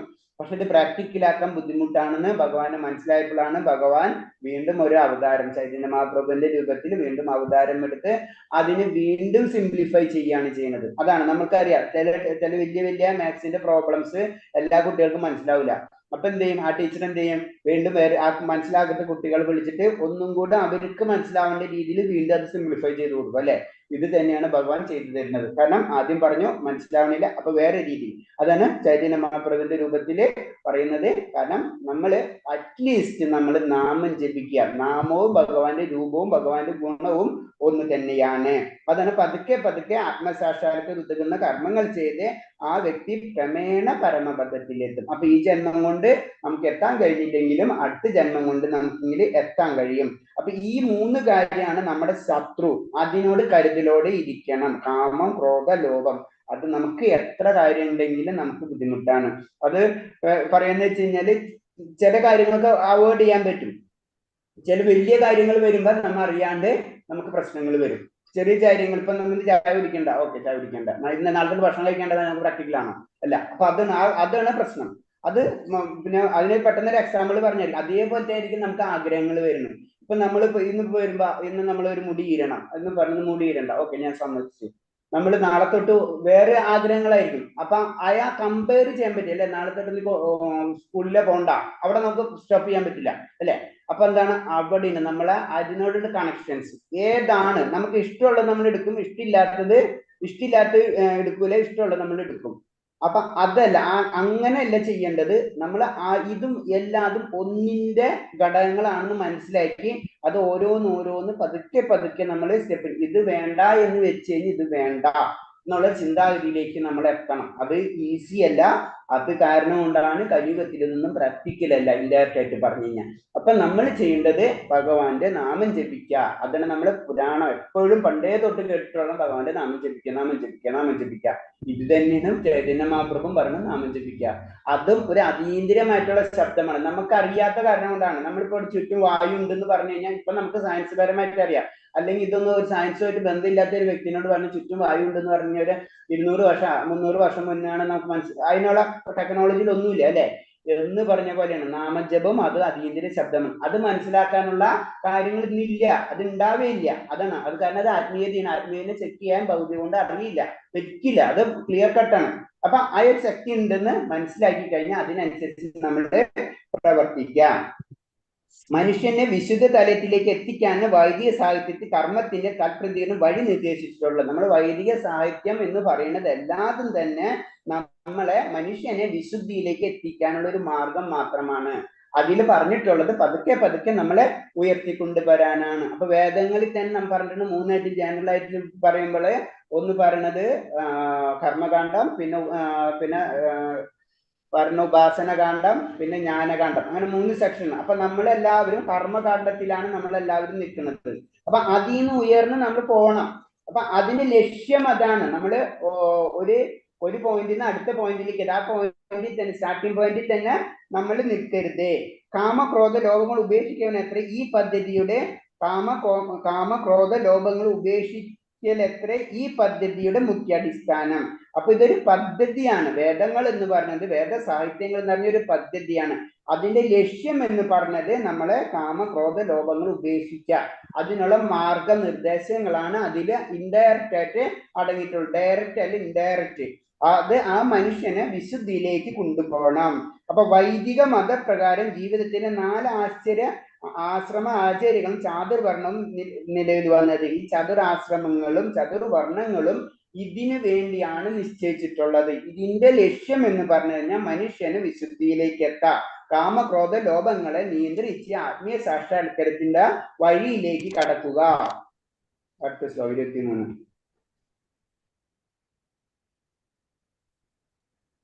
ഹരേ കൃഷ്ണ. ഹരേ കൃഷ്ണ. യശാസ്ത്രവിധിമുത്സുജ്യ വർത്തതേ കാമകാരതഃ ന സസിദ്ധമവ്യാപ്നോതി ന സുഖം ന പരംഗതി. ശാസ്ത്രവിഹിതങ്ങളായ വചനങ്ങളെ കണക്കിലെടുക്കാതെ തന്നിഷ്ടം പോലെ പ്രവർത്തിക്കുന്നവർക്ക് പരിപൂർണതയോ പരമ ലക്ഷ്യപ്രാപ്തിയോ സുഖം പോലുമോ നേടാനാവില്ല. ഹരേ കൃഷ്ണ. ഹരേ കൃഷ്ണ. അപ്പൊ ഇതിന്റെ ഒരു കാര്യം കൊണ്ട് ശ്രദ്ധിക്കുക. ശാസ്ത്രവിഹിതമായ വചനങ്ങളെ കണക്കിലെടുക്കാതെ തന്നിഷ്ടം പോലെ പ്രവർത്തിക്കുന്ന പരിപൂർണതയോ പരമലക്ഷ്യപ്രാപ്തിയോ സുഖം പോലും നേടാനാകില്ല. ഇൻഡയറക്റ്റ് ആയിട്ട് പറഞ്ഞ പരലോകത്തിലും ഇഹലോകത്തിലും അവന് സുഖം കിട്ടില്ല. അതാണ് നമ്മള് കുറച്ച് കാര്യങ്ങൾ ചെയ്യണം, എന്നാലും നമുക്ക് ഇഹലോകത്തിൽ, ഈ ലോകത്തിലും ഭൗതിക ലോകത്തിലും നമുക്ക് സുഖം കിട്ടുള്ളൂ. പരമലോകത്തിൽ പിന്നെ കിട്ടുന്ന അവസ്ഥയെ കിട്ടുന്നില്ല. അപ്പൊ കുറെ കാര്യങ്ങൾ നമ്മൾ ചെയ്യണം. അത് ആത്മീയമായിട്ട് ചെയ്യുമ്പോൾ അതാണ് അവർ ഇൻഡയറക്റ്റ് ആയിട്ട് ഇനീഷ്യൽ സ്റ്റേജിൽ, അതാണ് നമ്മൾ യോഗാഭ്യാസം അഷ്ടാംഗ യോഗം പഠിക്കുമ്പോൾ ശ്രദ്ധിച്ചാൽ അറിയാം അല്ലെ. അഷ്ടാംഗ യോഗത്തിൽ ആദ്യം കുറെ യമ നിയമ ആസന പ്രാണായാമം പ്രത്യാഹാരം ധാരണ ധ്യാനം അങ്ങനെ പറഞ്ഞിട്ട് സമാധിയിലേക്ക് എത്തുന്നത് അല്ലെ. അപ്പൊ നമ്മൾ ഇനീഷ്യൽ സ്റ്റേജിൽ പോകുമ്പോഴും നമുക്ക് കുറെ ഗുണങ്ങൾ നമുക്ക് കിട്ടുന്നുണ്ട്. നമുക്ക് കുറെ നിയമങ്ങളും കാര്യങ്ങളൊക്കെ ചെയ്യുമ്പോൾ നമ്മൾ അറിയാണ്ട് തന്നെ നമ്മൾ സാധ്യ ഗുണത്തിലേക്ക് നമ്മൾ കടക്കുന്നത്. ആസനങ്ങൾ ചെയ്യുമ്പോഴും നമുക്ക് തന്നെ ശരീരമായിട്ടുള്ള അപ്പൊ അതെന്താണ്, അപ്പൊ ഇൻഡയറക്റ്റ് ആയിട്ട് നമ്മൾ എന്താണ് ശാസ്ത്രവിഹിതമായിട്ടുള്ള വചനങ്ങൾ നമ്മൾ അവിടെ കൈക്കൊള്ളുകയാണ് ചെയ്യും. അപ്പൊ ഇനീഷ്യൽ സ്റ്റേജിലാണെങ്കിൽ നമ്മൾ ഇഹലോകത്തിന് വേണ്ടിയിട്ടുള്ള കാര്യങ്ങൾ നമുക്ക് ലഭിച്ചുകൊണ്ടിരിക്കും. അതിന് സിമ്പിൾ ആയിട്ട് വേറെ രീതിയിൽ പറഞ്ഞ് നമുക്കറിയാം, ശാസ്ത്രവിധികളിൽ കാലത്ത് ബ്രഹ്മമുഹൂർത്തത്തിൽ എണീക്കുക, അങ്ങനത്തെ പല കാര്യങ്ങളും അതിൽ പറഞ്ഞു തരുന്നുണ്ട് അല്ലെ. ഒരു പറയുന്നത് വെച്ച് കഴിഞ്ഞാൽ ഒരു യോഗിക്ക് വേണ്ടിയിട്ടുള്ള അധികം ഭക്ഷണം കഴിക്കാതിരിക്കുക, കുറച്ച് കഴിക്കാതിരിക്കുക, അങ്ങനെ പട്ടിണി കിടക്കുന്നൊക്കെ പറഞ്ഞിട്ടുള്ള ശ്ലോകങ്ങളുണ്ട് അല്ലെ. അപ്പൊ അങ്ങനെ ചെയ്യുമ്പോൾ തന്നെ അതിൽ തന്നെ കുറെ കാര്യങ്ങൾ നമ്മൾ ചെയ്യുമ്പോൾ നമുക്ക് ഭൗതികമായിട്ട് തന്നെ നമുക്ക് കുറെ ഗുണങ്ങൾ നമുക്കുണ്ട്. ആത്മീയതയിലേക്കുള്ള വഴിയിൽ നമുക്ക് ഭൗതികമായിട്ടുള്ള ഗുണങ്ങളും നമുക്ക് ലഭിച്ചുകൊണ്ടിരിക്കും. അപ്പൊ എന്താണ്, ഇത് ചെയ്യാത്ത വ്യക്തികൾക്ക് എന്താണ്, ഇത് രണ്ടും കിട്ടൂല. അതാണ് പറഞ്ഞത്. ജീവിത സിദ്ധാന്തങ്ങളെല്ലാം അറിഞ്ഞിട്ടും അവയെ സ്വജീവിതത്തിൽ പ്രായോജനമാക്കുന്നവന് നരാധമൻ എന്ന് പറഞ്ഞു. നമുക്ക് ഇതൊക്കെ അറിഞ്ഞിട്ടും നമ്മൾ ഇത് ചെയ്യാത്ത വ്യക്തികളെ നരം അധമൻ, നരൻ എന്നുള്ള കാറ്റഗറിയിൽ തന്നെ അവനെ കൂട്ടാൻ പറ്റില്ല, അവന് മൃഗം ആണ്. അതാണ് നരാധമൻ, അതില് നരന്മാരിൽ താഴ്ന്ന ലെവലുള്ള വ്യക്തികൾ എന്ന് പറഞ്ഞത്. ഈ നിയമ നിബന്ധനകളിലും ധർമാനുഷ്ഠാനം എല്ലാം അനുസരിക്കുന്നുവെങ്കിൽ അവസാന ഘട്ടത്തിൽ ഭഗവാനെ കുറിച്ച് ബോധം അർജിക്കാത്ത പക്ഷം അയാളുടെ അറിവെല്ലാം പാഴായി പോവുകയും ചെയ്യുന്നു. അതാണ് അടുത്ത പോയിന്റ്. കാരണം നമ്മള് പല അനുഷ്ഠാനങ്ങൾ ആർക്കോ വേണ്ടി എന്തോ ചെയ്യുന്ന പോലെ ചെയ്തിട്ട് കാര്യമില്ല. സിമ്പിൾ ആയിട്ട് പറഞ്ഞു കഴിഞ്ഞാൽ നമ്മള് അൾട്ടിമേറ്റ് നമുക്കൊരു ലക്ഷ്യമുണ്ട്. ചില കുട്ടികൾ സ്കൂളിൽ പോകണമെന്ന് പറയില്ലേ, അവന് ആർക്കോ വേണ്ടി പോകണമെന്ന് പറഞ്ഞ പോലെ തന്നെ. അങ്ങനെയല്ല, നമുക്ക് ആ ലക്ഷ്യം നമ്മളിൽ ഉണ്ടാവണം. അത് കിട്ടിയിട്ടില്ലെങ്കിൽ നമുക്ക് അതുകൊണ്ട് ബലമില്ല. അടുത്ത ശ്ലോകം 24. തസ്മാച്ഛാസ്ത്രം പ്രമാണന്തെ കാര്യാകാര്യൗ വ്യവസ്ഥിതൗ സ്നാത്വാ ശാസ്ത്രവിധാനോക്തം കർമ്മ കർത്തുമിഹാർഹസി. എന്ത് ചെയ്യണം, എന്ത് ചെയ്യാൻ പാടില്ല എന്ന് ധർമ്മശാസ്ത്രങ്ങളുടെ അടിസ്ഥാനത്തിൽ ഒരാൾ മനസ്സിലാക്കണം. ഈ നിയമനിബന്ധനകൾ പഠിച്ചറിഞ്ഞ ശേഷം മാത്രം പ്രവർത്തിക്കുക.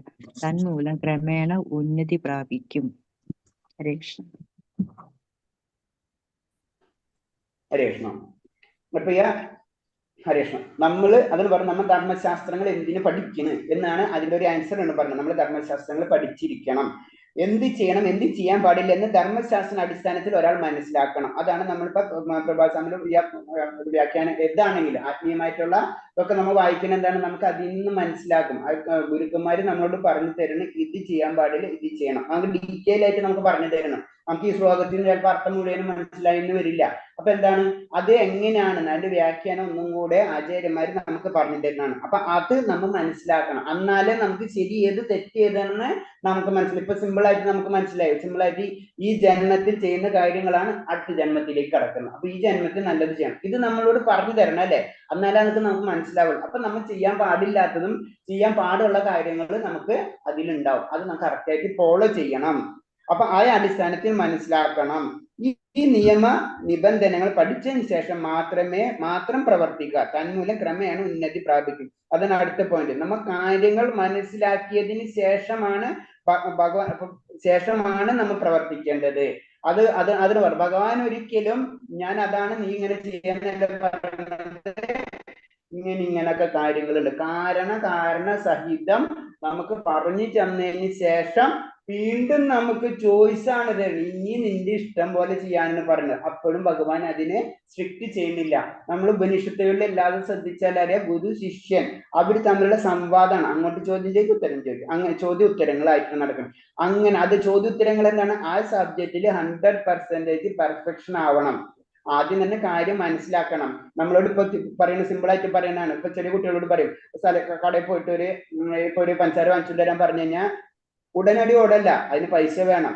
ഏത് കടയിൽ നിന്ന് മനസ്സിലാക്കണം, ആ കട എത്ര ദൂരം ഉണ്ടെന്ന് ആ കുട്ടീനെ മനസ്സിലേക്ക് വരണം. അതൊന്നും നീ ഒന്ന് പറഞ്ഞു കൊടുക്കണം, അല്ലെങ്കിൽ ആ കുട്ടിക്ക് മനസ്സിലാവണം എന്ന് പറഞ്ഞ പോലെ നമ്മള് ഭക്തി ഭക്തിന്ന് പോണേലും മുന്നേ അത് എന്താണ്, ആ ഗ്രന്ഥങ്ങൾ എന്താ പറഞ്ഞ ആ കറക്റ്റ് ആയിട്ട് നമ്മൾ മനസ്സിലാക്കിയിരിക്കണം. അതാണ് നമ്മൾ പറയുന്നത്, നമ്മൾ ഭക്തി എന്ന് പറയുമ്പോൾ കറക്റ്റ് ഒരു ആചാര്യ പരമ്പരയിൽ നിന്നുള്ള വ്യക്തികളിൽ നിന്നായിരിക്കണം നമ്മൾ പഠിക്കേണ്ടത്. അല്ലാന്ന് വെച്ചാൽ നമ്മുടെ ഭക്തി തന്നെ നശിച്ചു പോകും. കാരണം സംഭവിക്കും, നമ്മുടെ നാട്ടിൽ പലപ്പോഴും സംഭവിക്കുന്ന കാര്യങ്ങളിൽ ഒന്നാണ്. കാരണം എന്ന് വെച്ച് കഴിഞ്ഞാൽ ഇത് പല വഴിക്ക് പോയിട്ട് ചിലപ്പോൾ അവരുടേതായ ചിലപ്പോൾ കാര്യങ്ങൾ കൊണ്ടായിരിക്കും അതൊക്കെ ചെയ്തു കൂട്ടുന്നത്. അപ്പൊ അവിടെ സംഭവിക്കുക എന്ന് പറഞ്ഞാൽ നമുക്ക് പിന്നെ കൺഫ്യൂസ് ആവും. ഇവരിങ്ങനെയാണെങ്കിൽ പിന്നെ നമ്മൾ എന്ത് ചെയ്തിട്ട് എന്ത് കാര്യം, അപ്പൊ ഇവരെ നമ്മൾ എങ്ങനെ ഫോളോ ചെയ്യാൻ പറ്റും, അപ്പൊ നമുക്ക് ഉള്ളതടക്കം നമ്മളെ പോകും. അപ്പൊ അത് കാരണം കൊണ്ട് ഭക്തിയിൽ നമ്മൾ പ്രവേശിക്കുമ്പോൾ വളരെയധികം ശ്രദ്ധിക്കണം. അതാണ് പറഞ്ഞ് ഈ നിയമ നിബന്ധനകൾ പഠിച്ചറിഞ്ഞതിന് ശേഷം മാത്രം പ്രവർത്തിക്കുക. കാര്യങ്ങൾ മനസ്സിലാക്കിയതിന് ശേഷം കാരണ സഹിതം നമുക്ക് മനസ്സിലാകണം. എന്നിട്ട് നമ്മൾ അല്ലെങ്കിലും സാധാരണ ഭൗതിക ജീവിതത്തിൽ നമ്മൾ അങ്ങനെയല്ല ചെയ്യാം. കാരണം നമ്മൾ കാര്യങ്ങൾ മനസ്സിലാക്കി മനസ്സിലാക്കി പ്രവർത്തിക്കുക കഴിഞ്ഞാൽ അതിന് പ്ലസ് കിട്ടും. നമ്മൾ ഓടിച്ചാടി എന്തെങ്കിലും പെട്ടെന്ന് വികാരങ്ങളിൽ അടിമപ്പെട്ട് ചെയ്തു കഴിഞ്ഞാൽ അവിടെ പ്രശ്നങ്ങൾ ഉണ്ടാവും. അപ്പൊ അതൊരു വികാരം അല്ല ഭക്തി, അതൊരു ശാസ്ത്രമാണ്. അത് നമ്മൾ മനസ്സിലാക്കണം. തന്മൂലം ക്രമേണ ഉന്നതപതി പ്രാപിക്കുക. അപ്പൊ കാര്യങ്ങൾ അറിഞ്ഞതിന് ശേഷം നമ്മൾ പ്രവർത്തിക്കുക. അതാണ് ഇത്. വലിയ വലിയ ആചാര്യന്മാർ അതിന് ചൈതന്യ പറയുന്നത് ഹരേ കൃഷ്ണ മഹാമന്ത്രം, ഹരേ കൃഷ്ണ മഹാമന്ത്രം, ഹരേ കൃഷ്ണ കൃഷ്ണ കൃഷ്ണ ഹരേ ഹരേ, ഹരേ രാമ രാമ രാമ ഹരേ എന്ന മഹാമന്ത്രം ജപിക്കാനും ഭഗവത് സേവനത്തിൽ ഭക്തിപൂർവ്വം ഏർപ്പെടാനും ഭഗവത് പ്രസാദം ഭക്ഷിക്കാനുമാണ് അദ്ദേഹം ജനങ്ങളോട് ഉപദേശിച്ചിട്ടുള്ളത്. അപ്പൊ പ്രസാദം എന്ന് പറയുമ്പോ എല്ലാതും ഒരു കാര്യമല്ല, നമ്മൾ കഴിക്കണ ഭക്ഷണം എന്നുള്ള സാധനം അതല്ല, എല്ലാതും ഭഗവാന്റെ പ്രസാദമാണ്. അതാണ് നമ്മൾ ഭുജിക്കുന്നത് അല്ലെങ്കിൽ നമ്മൾ അനുഭവിക്കുന്നത് എന്ന് നമ്മൾ മനസ്സിലാക്കി അതിനനുസരിച്ച് അപ്പൊ എന്ത് കിട്ടിയാലും നമ്മുടെ ഉള്ളിൽ ഭഗവാനിലുള്ള സമർപ്പണ ഭാവം ഉണ്ടായിരിക്കണം. അങ്ങനെ സമർപ്പിച്ചിട്ട് അത് നമ്മൾ ഉപയോഗിക്കുമ്പോൾ ആ വസ്തു, ആ പദാർത്ഥം എന്ന് പറഞ്ഞത് അത് അതീന്ദ്രിയ ലെവലിലേക്ക് പോയിരിക്കും.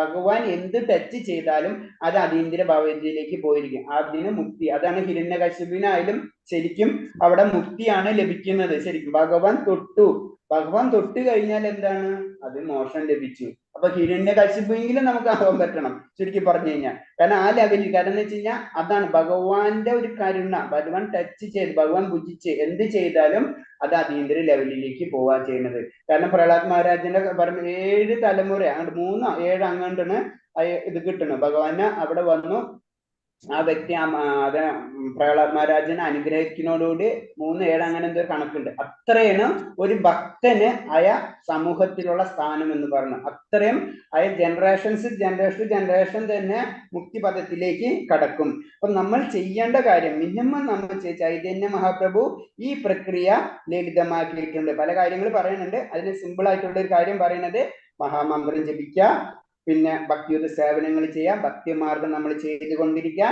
പ്രസാദം ഭക്ഷിക്കുക. ഈ 3 കാര്യങ്ങളാണ് ഏറ്റവും ഇമ്പോർട്ടന്റ്. അത് നമ്മൾ ചെയ്തുകൊണ്ടിരിക്കണം. പിന്നെ നമ്മൾ സാധാരണ രീതിയിൽ നമുക്ക് 4 തരം തെറ്റുകളാണ് വരുന്നത് എന്ന് പറയുന്നത്. സാധാരണ നമ്മൾ മനുഷ്യൻ അല്ലെങ്കിൽ ഭൗതിക പ്രകൃതിയിൽ നമ്മൾ ജീവിക്കുമ്പോൾ 4 തരം തെറ്റുകൾ. ഒന്ന്, നമ്മളെ ഇന്ദ്രിയങ്ങൾ, അപക്വമായ ഇന്ദ്രിയങ്ങൾ. നമ്മൾ കാണുന്നത് എല്ലാതും സത്യമാണെന്ന് നമ്മൾ ചിന്തിക്കുന്നു. നമുക്കറിയാം നമ്മൾ കാണുന്നത് എല്ലാവരും സത്യമാവണമെന്നില്ല, കാണുന്നത് തന്നെ സത്യമാവണമെന്നില്ല. വഞ്ചന പ്രവണത, മറ്റുള്ളവരെ വഞ്ചിക്കാനുള്ള പ്രവണത നമ്മളിലുണ്ട്. പിന്നെ തെറ്റ് വരുത്താനുള്ള പ്രവണത, നമുക്ക് തെറ്റ് വന്നിരിക്കും. എനിക്ക് ജീവിതത്തിൽ തെറ്റൊന്നും വരത്തില്ല എന്ന് നമുക്ക് ഒരിക്കലും പറയാൻ പറ്റില്ല. ജീവിതത്തിൽ തെറ്റ് വന്നിട്ടുണ്ടാകും. ജീവിതത്തിൽ വഞ്ചന പ്രവണത നമുക്ക് ഉണ്ടായിരിക്കും. വ്യാമോഹശീലം, ആഗ്രഹങ്ങൾ, ഇതൊക്കെ എപ്പോഴും നമ്മൾ ഉള്ളിൽ കിടന്ന് കറങ്ങിക്കൊണ്ടിരിക്കും. ഇതൊക്കെ നമ്മൾ ഇതൊക്കെയാണ് ദോഷങ്ങൾ എന്ന് പറഞ്ഞു. ഇതിൽ നിന്ന് നമുക്ക് മോചനം വേണ്ടത്. അത് എളുപ്പം പെട്ടെന്ന് പറ്റില്ല. നമ്മൾ ഗ്രാജുവലിയാണ് മുന്നേറിക്കൊണ്ടിരിക്കുന്നത്. നമ്മൾ പിന്നെ ജനറൽ ആയിട്ട് ആത്മീയതയിലേക്ക് കടക്കുമ്പോൾ തന്നെ 2 സെക്ഷൻ തിരിച്ചു വരുന്നുണ്ട്. ഒന്നെന്ന് പറഞ്ഞാൽ വ്യക്തിശൂന്യവാദികളും ഒന്ന് വ്യക്തിഗതവാദികളും. വ്യക്തിശൂന്യവാദികൾ എന്ന് പറയുമ്പോൾ പലപ്പോഴും പറഞ്ഞിട്ടുണ്ട് അത് ഭഗവാന്റെ ബ്രഹ്മം, അവിടെ വ്യക്തിനെ അവർക്ക് കാണാൻ കഴിയുന്നില്ല. വ്യക്തിഗതവാദികൾ എന്ന് പറഞ്ഞാൽ അതിനുള്ളിലുള്ള ഭഗവാനെ, സൂര്യൻ ഉപരിതലം, പിന്നെ സൂര്യ ഭഗവാൻ എന്നുള്ള കോൺസെപ്റ്റ് ആണ് പറഞ്ഞത്. അപ്പൊ എന്ത് 2 കൂട്ടരാണെങ്കിൽ എന്താണ്, അവര് വേദങ്ങൾക്ക് അനുസരിച്ച് തന്നെയാണ് ജീവിതം നയിക്കുന്നത്. അപ്പൊ ഇവരെ നമ്മൾ തെറ്റുന്നല്ല പറഞ്ഞു. വ്യക്തിശൂന്യവാദികളാണെങ്കിൽ അവർ തെറ്റല്ല, അവർക്ക് ലക്ഷ്യം ഭഗവാനെ തന്നെയാണ്. പക്ഷെ അവർ എത്തുന്നത് ആദ്യം ആ ബ്രഹ്മ സാക്ഷാത്കാരത്തിലേക്കാണെന്ന് മാത്രമുള്ളൂ. അപ്പൊ 2 തരം ജനറൽ ആയിട്ട് വ്യക്തിശൂന്യവാദികളുണ്ട്, വ്യക്തിഗതവാദികളുണ്ട്. അതാണ്. പക്ഷെ ഇവര് 2 പേരും അവരുടെ ജീവിതം പോകുന്നത് എന്താണ്, വേദങ്ങൾക്ക് അനുസൃതമായിരിക്കും. ഭഗവാന്റെ കുറിച്ചുള്ള ജ്ഞാനത്തിലേക്കുള്ള വഴി തുറന്നു കിട്ടണമെങ്കിൽ ഒരാൾ സത്വഗുണത്തോളമെങ്കിലും ഉയരണം. അതാണ് അടുത്ത പോയിന്റ്. നമുക്ക് ഭഗവാനിലേക്ക് എത്തണമെങ്കിൽ നമ്മൾ അറ്റ്ലീസ്റ്റ് സത്വഗുണത്തിലേക്ക് വരാം. തമോ ഗുണത്തിൽ നിന്ന് ഭഗവാനെ നമുക്ക് പെട്ടെന്ന് പിടിക്കാൻ പറ്റില്ല. ഞാൻ തമോ ഗുണത്തിലാണെന്ന് തമോ ഗുണത്തിൽ നിന്ന് ഒരിക്കലും അതുകൊണ്ട് അത്രയും സാധിക്കാത്തവർ രജോ തമോ ഗുണങ്ങളിലേക്ക് അകപ്പെട്ട അസുര ജീവിതം നയിക്കാനേ നിവർത്തിയുള്ളൂ. അപ്പൊ സത്വഗുണത്തിലേക്കില്ലെങ്കിലും നമ്മൾ ഉയർന്നിട്ടില്ലെങ്കിൽ നമ്മുടെ ജീവിതം രജോ തമോ ഗുണത്തിൽ പെട്ട് ആസുര്യമായിട്ടോ നമുക്ക് ജീവിക്കാൻ സാധ്യമുള്ളൂ. അപ്പൊ അതാണ് പറഞ്ഞത്. അപ്പൊ അങ്ങനെ കാര്യങ്ങൾ, അപ്പൊ അതിന് പറഞ്ഞ് നമ്മൾ സാത്വികമായിട്ടുള്ള കാര്യങ്ങൾ ചെയ്ത് സാത്വികമായിട്ട് ചിന്തകൾ തന്നെ പതുക്കെ നമ്മൾ മാറ്റി കൊണ്ടുവരണം. ആത്മീയ ആചാര്യ നിർദ്ദേശങ്ങൾ അനുസരിക്കാത്തവരും ശാസ്ത്ര നിയമങ്ങളെ അവഗണിക്കുന്നവരുമാണ് ആര്യ അസുരന്മാർ. ഭക്തിപൂർവമായ സേവനത്തിന്റെ മഹത്വപ്പെട്ടി എത്ര കേട്ടിരുന്നാലും അവർക്ക് അതിലേക്ക് ആകർഷകരുണ്ടാവില്ല. അപ്പൊ അതിന് നമ്മൾ പറഞ്ഞ ചില വ്യക്തികളോട് എത്ര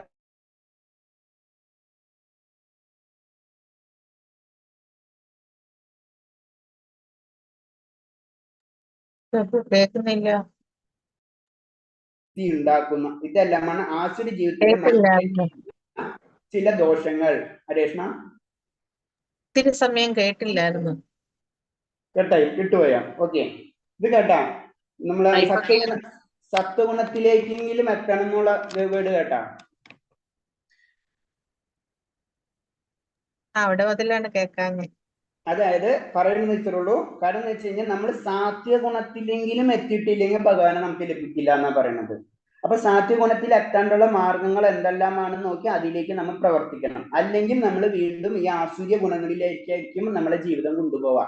അല്ലെങ്കിൽ നമ്മളെ സാത്വികം അല്ലെങ്കിൽ എന്താ രജസ് തമസ് അല്ലെ, അപ്പൊ അതിലേക്ക് നമ്മൾ വീഴും. അപ്പൊ വീഴുമ്പോൾ എന്താണ്, അത് ആസുര്യ ഗുണത്തിലാണ് പെടുന്നത്. അതിലേക്ക് നമ്മൾ വീണു പോകും. അത് ശ്രദ്ധിക്കണം.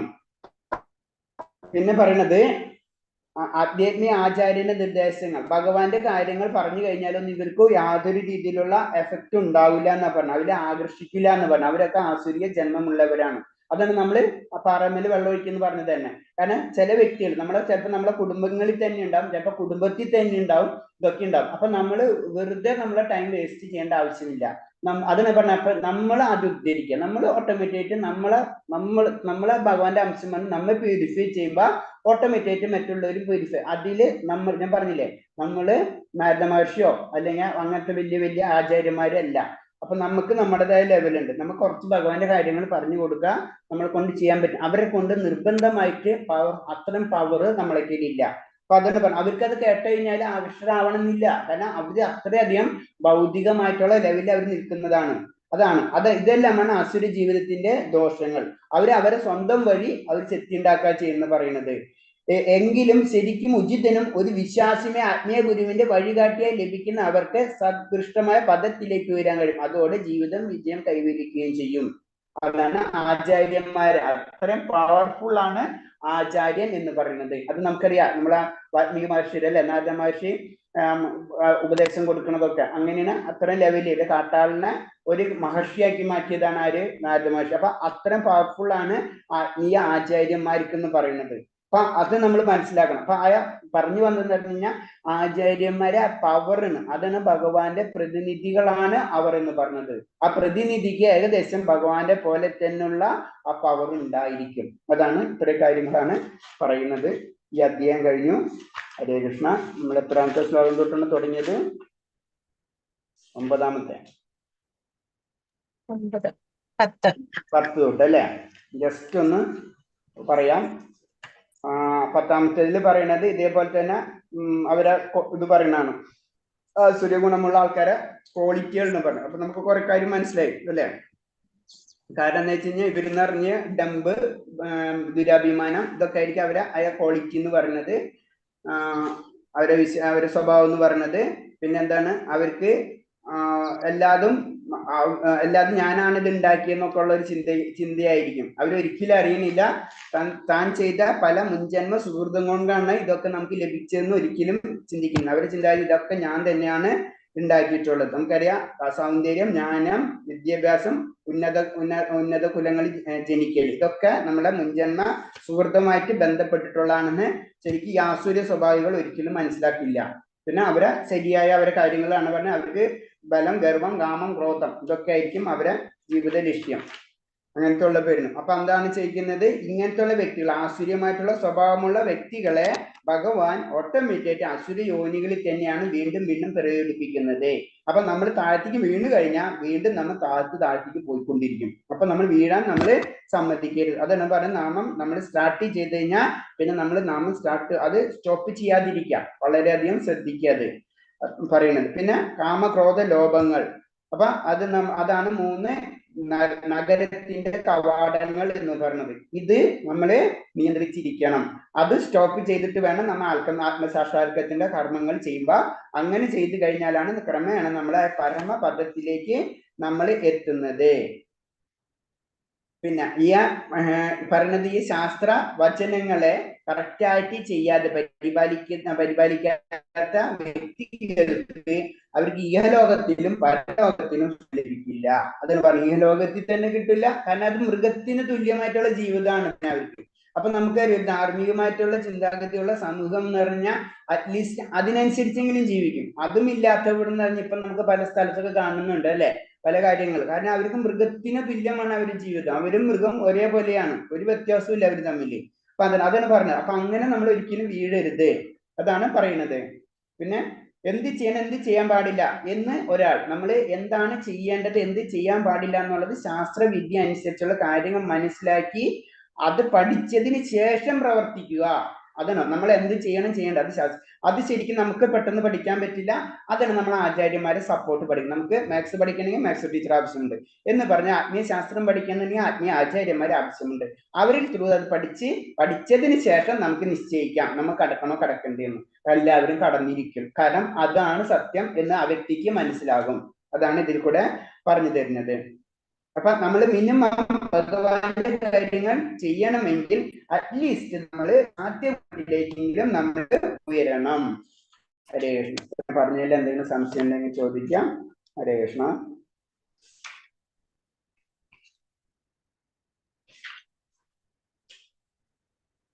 ഇതിൽ നിങ്ങൾക്ക് ഇഷ്ടപ്പെട്ട ഏത് ശ്ലോക ഇത്തരം പറഞ്ഞതില്? 10 തൊട്ട് 23 18. 23 18ന്റെ പ്രത്യേകത എന്താണ്?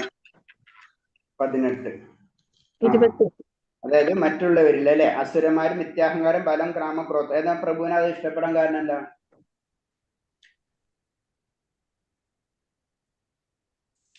ഹരേ കൃഷ്ണ.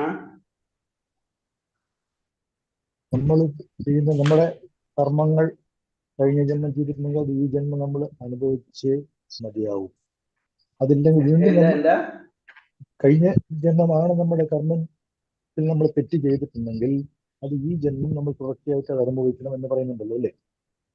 അത് നിങ്ങൾ സൗണ്ട് കേൾക്കുന്നില്ല പ്രഭു, സൗണ്ട് കുറഞ്ഞു.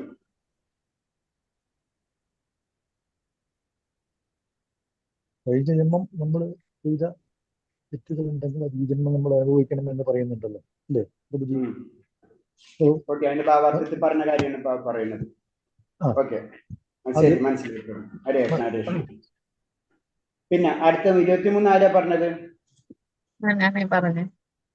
എന്താ മാതാജി എല്ലാം 23 ശ്ലോകത്തിന്റെ എന്താ കാര്യം? പരലോകത്തിലാണെങ്കിലും ഇവിടെയാണെങ്കിലും സുഖം കിട്ടണമെങ്കിൽ ആത്മീയ കാര്യങ്ങൾ ചെയ്യണം എന്നുള്ളത് കൊണ്ട് തന്നെ. Correct, very good. അതെ, നമ്മള് ആത്മീയ കാര്യങ്ങൾ ചെയ്താൽ ഈ ലോകത്തിലും പരലോകത്തിലും നമുക്ക് സുഖം കിട്ടുള്ളൂ, അല്ലെങ്കിൽ നമ്മൾ വെച്ച ആനന്ദം നമുക്ക് ലഭിക്കുള്ളൂ. അടുത്ത ശ്ലോകം, ഒരു ശ്ലോകം കൂടി ഉണ്ടല്ല, എത്ര? 21. 21 നല്ല ഇതാ. അതിലെന്ത് പറഞ്ഞത്? 3 കാമക്രോധ ലോപമോക്ഷങ്ങളൊക്കെ ഉപേക്ഷിക്കണം. മോശം ഉപയോഗിക്കാൻ നമ്മുടെ ആത്മാവിന്റെ അധപതനത്തിലേക്ക് നമ്മളെ കാമക്രോധ ലോഭം. മോശമല്ല, മോശം നമുക്ക് വേണ്ട. മോക്ഷമല്ല, ലോഭം. സോറി. ഹരേ കൃഷ്ണ, ഹരേ കൃഷ്ണ. ശരിക്കും 3 ഉപേക്ഷിക്കണം. പിന്നെ വേറെ? പ്രഭു ഇരിക്കുന്നതിന്റെ പുറകിലെ ഒരു ലൈറ്റ് ഇങ്ങനെ അതെ പറ്റിപ്പോ അതെ, ഇപ്പൊ ലാപ്ടോപ്പിൽ ചാർജ് ഇല്ലാത്തതാണ് ഞാൻ ഇങ്ങോട്ട് മാറിയിരുന്നു. അപ്പൊ പുറത്തുനിന്നുള്ള സൂര്യൻ ഉദിച്ചു തന്നെയാണത്. അത് കാരണം ഇപ്പൊ കഴിഞ്ഞ കട്ടൺ ഇട്ടില്ല. ഇത്തിരി ലെഫ്റ്റിലേക്ക് മാറിയാ മതി പ്രഭു. ഇത്തിരി ലെഫ്റ്റിലേക്ക് മാറിയിരിക്കാനേ കുഴപ്പമില്ല. ഇല്ല, ഇന്ന് മാത്രമേ ഉണ്ടാവുള്ളൂ. ഇനിയിപ്പോ നാളെ ഞാൻ അത് ചാർജ് ചെയ്യാൻ വിട്ടു പോയി ലാപ്ടോപ്പിൽ. ഞാൻ അങ്ങോട്ട് മാറിയിരുന്നായിരുന്നോണ്ടാ ചാർജ് ചെയ്യാൻ വേണ്ടി. ഓക്കെ, അപ്പൊ 20 പിന്നെ ആർക്കും 24 ആർക്കും ശ്രദ്ധിച്ചില്ലേ? 24 എന്താ പറയുന്നത്? എനിക്ക് തോന്നില്ല, എനിക്ക് ഇഷ്ടപ്പെട്ട ഏറ്റവും വലിയ ശ്ലോകം അതല്ല, അതും ഭഗവാന്റെ ശ്ലോകങ്ങളാണ്. എന്നാലും എന്താ പറയുന്നത്? 24 ശ്ലോകം നമ്മൾ പഠിച്ചിരിക്കണം, നല്ലത് ചെയ്യണം, അതായത് നിയമത്തിലെ ഈ നിയമ നിബന്ധനകൾ പഠിച്ചറിഞ്ഞതിന് ശേഷം മാത്രം പ്രവർത്തിക്കുക. ഭഗവാൻ പറഞ്ഞു തരുന്നതാണ്. ആരെങ്കിലും എന്തോ പറഞ്ഞ് അതിന്റെ പിറകെ നമ്മൾ പോകാൻ പാടില്ല. മനസ്സിലായ? നമ്മള് അതെന്താണെന്ന് ശരിക്കും മനസ്സിലാക്കണം. അതിന്റെ സ്റ്റാർട്ടിങ് തൊട്ട് എൻഡിങ് വരെ അവരെന്താ പ്രവൃത്തി, എന്താ സ്ഥാപനം, എന്താണ് എന്നൊക്കെ മനസ്സിലാക്കിയതിന് ശേഷം, അല്ലെങ്കിൽ ശാസ്ത്രത്തിൽ പറഞ്ഞിട്ടുള്ളത് പോലെയാണ് അവർ ചെയ്യുന്നത്, പ്രവർത്തിക്കുന്നത്, ആ ശാസ്ത്രം എന്താണ്, ഇതൊക്കെ കറക്റ്റ് മനസ്സിലാക്കിയിട്ട് വേണം നമ്മൾ അതിന്റെ പിറകെ പോകാൻ, ഫോളോവേഴ്സ് ആവാൻ. ഫോളോവേഴ്സ് എല്ലാവരും ആവും. ഈ ഫോളോവേഴ്സും ലീഡേഴ്സും പ്രഭാതസ്വാമി പറയണത് എന്ന് പറഞ്ഞാൽ എനിക്ക് ഫോളോവേഴ്സിന്റെ ആവശ്യമില്ല, എനിക്ക് ലീഡേഴ്സിന്റെ ആവശ്യം. കാരണം എന്താണ്, ലീഡേഴ്സ് ആവുമ്പോഴാണ് നമ്മൾ ഇങ്ങനത്തെ കാര്യങ്ങൾ ശ്രദ്ധിക്കുള്ളൂ അല്ലെ. ഫോളോവേഴ്സ് എന്ന് പറഞ്ഞു കഴിഞ്ഞാൽ അതേപോലെ തന്നെ അത് പ്രഭു പറഞ്ഞു ഞാനത് ചെയ്തു, അങ്ങനെയല്ല. പ്രഭു പറഞ്ഞു ചെയ്യുന്നു, പ്രഭു എന്താണ് അങ്ങനെ പറഞ്ഞതെന്ന് നമ്മൾ ചിന്തിക്കണം. അതാണ് ലീഡേഴ്സിന്റെ ചിന്താഗതി എപ്പോഴും വരാം. അപ്പൊ പ്രഭുവാസ്വാമിയിൽ പറയുന്നത് തന്നെയാണ് എനിക്ക് ലീഡേഴ്സിനാണ് ആവശ്യം. അതാണ് ഈ ശ്ലോകത്തിന്റെ ഇൻഡയറക്റ്റ് ആയിട്ടുള്ള മീനിങ്, കാര്യകാരണ സഹിതം. കാരണം അവർക്ക് സമൂഹത്തെ വീണ്ടും നയിക്കാൻ പറ്റുള്ളൂ അല്ലെ. അപ്പൊ പ്രഭുവാസ്വാമി അതിന് പറഞ്ഞ എല്ലാവരും ലീഡേഴ്സ് ആവാം. അപ്പൊ നമ്മളെല്ലാവരും നമ്മളെ കൊണ്ടാവുന്ന കാര്യങ്ങൾ, ഇതിൽ പല രീതിയിലുള്ള സ്കോളേഴ്സ് ഉണ്ടാവാം. നമ്മൾ ഭഗവാന്റെ കാര്യം പറഞ്ഞു കൊടുക്കേണ്ട ലെവലിലേക്ക് നമ്മൾ ഉയർത്തി മറ്റുള്ളവരെ കൊണ്ട് നമുക്ക് പറഞ്ഞു കൊടുക്കണം. അത് നമ്മൾ ശ്രദ്ധിക്കണം. അപ്പൊ അത് നമ്മളെ കൊണ്ട് ചെയ്യാൻ പറ്റാവുന്ന കാര്യങ്ങൾ നമ്മൾ ചെയ്യണം. ഹരേ കൃഷ്ണ. വേറെ എന്തെങ്കിലും പോയിന്റ്സ് ഉണ്ടാ?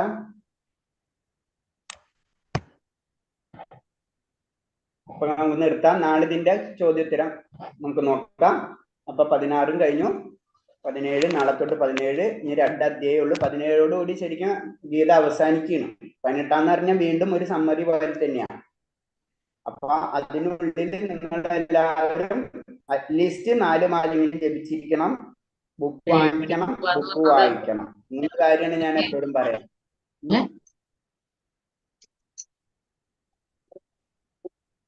4 മാല ജപിക്കാനാണ് ഞാൻ പറയുന്നുള്ളൂ.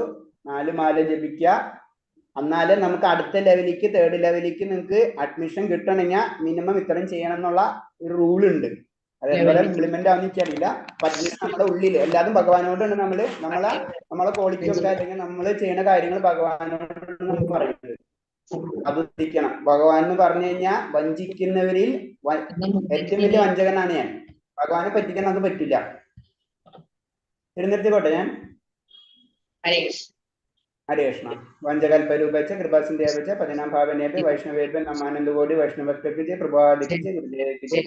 ഹരേ കൃഷ്ണ. എല്ലാവർക്കും പ്രണാമം. ഹരേ കൃഷ്ണ. ഹരേ കൃഷ്ണ. ഹരേ കൃഷ്ണ പ്രഭുജി. ഹരേ കൃഷ്ണ മാതാജി. ഹരേ കൃഷ്ണ പ്രഭുജി.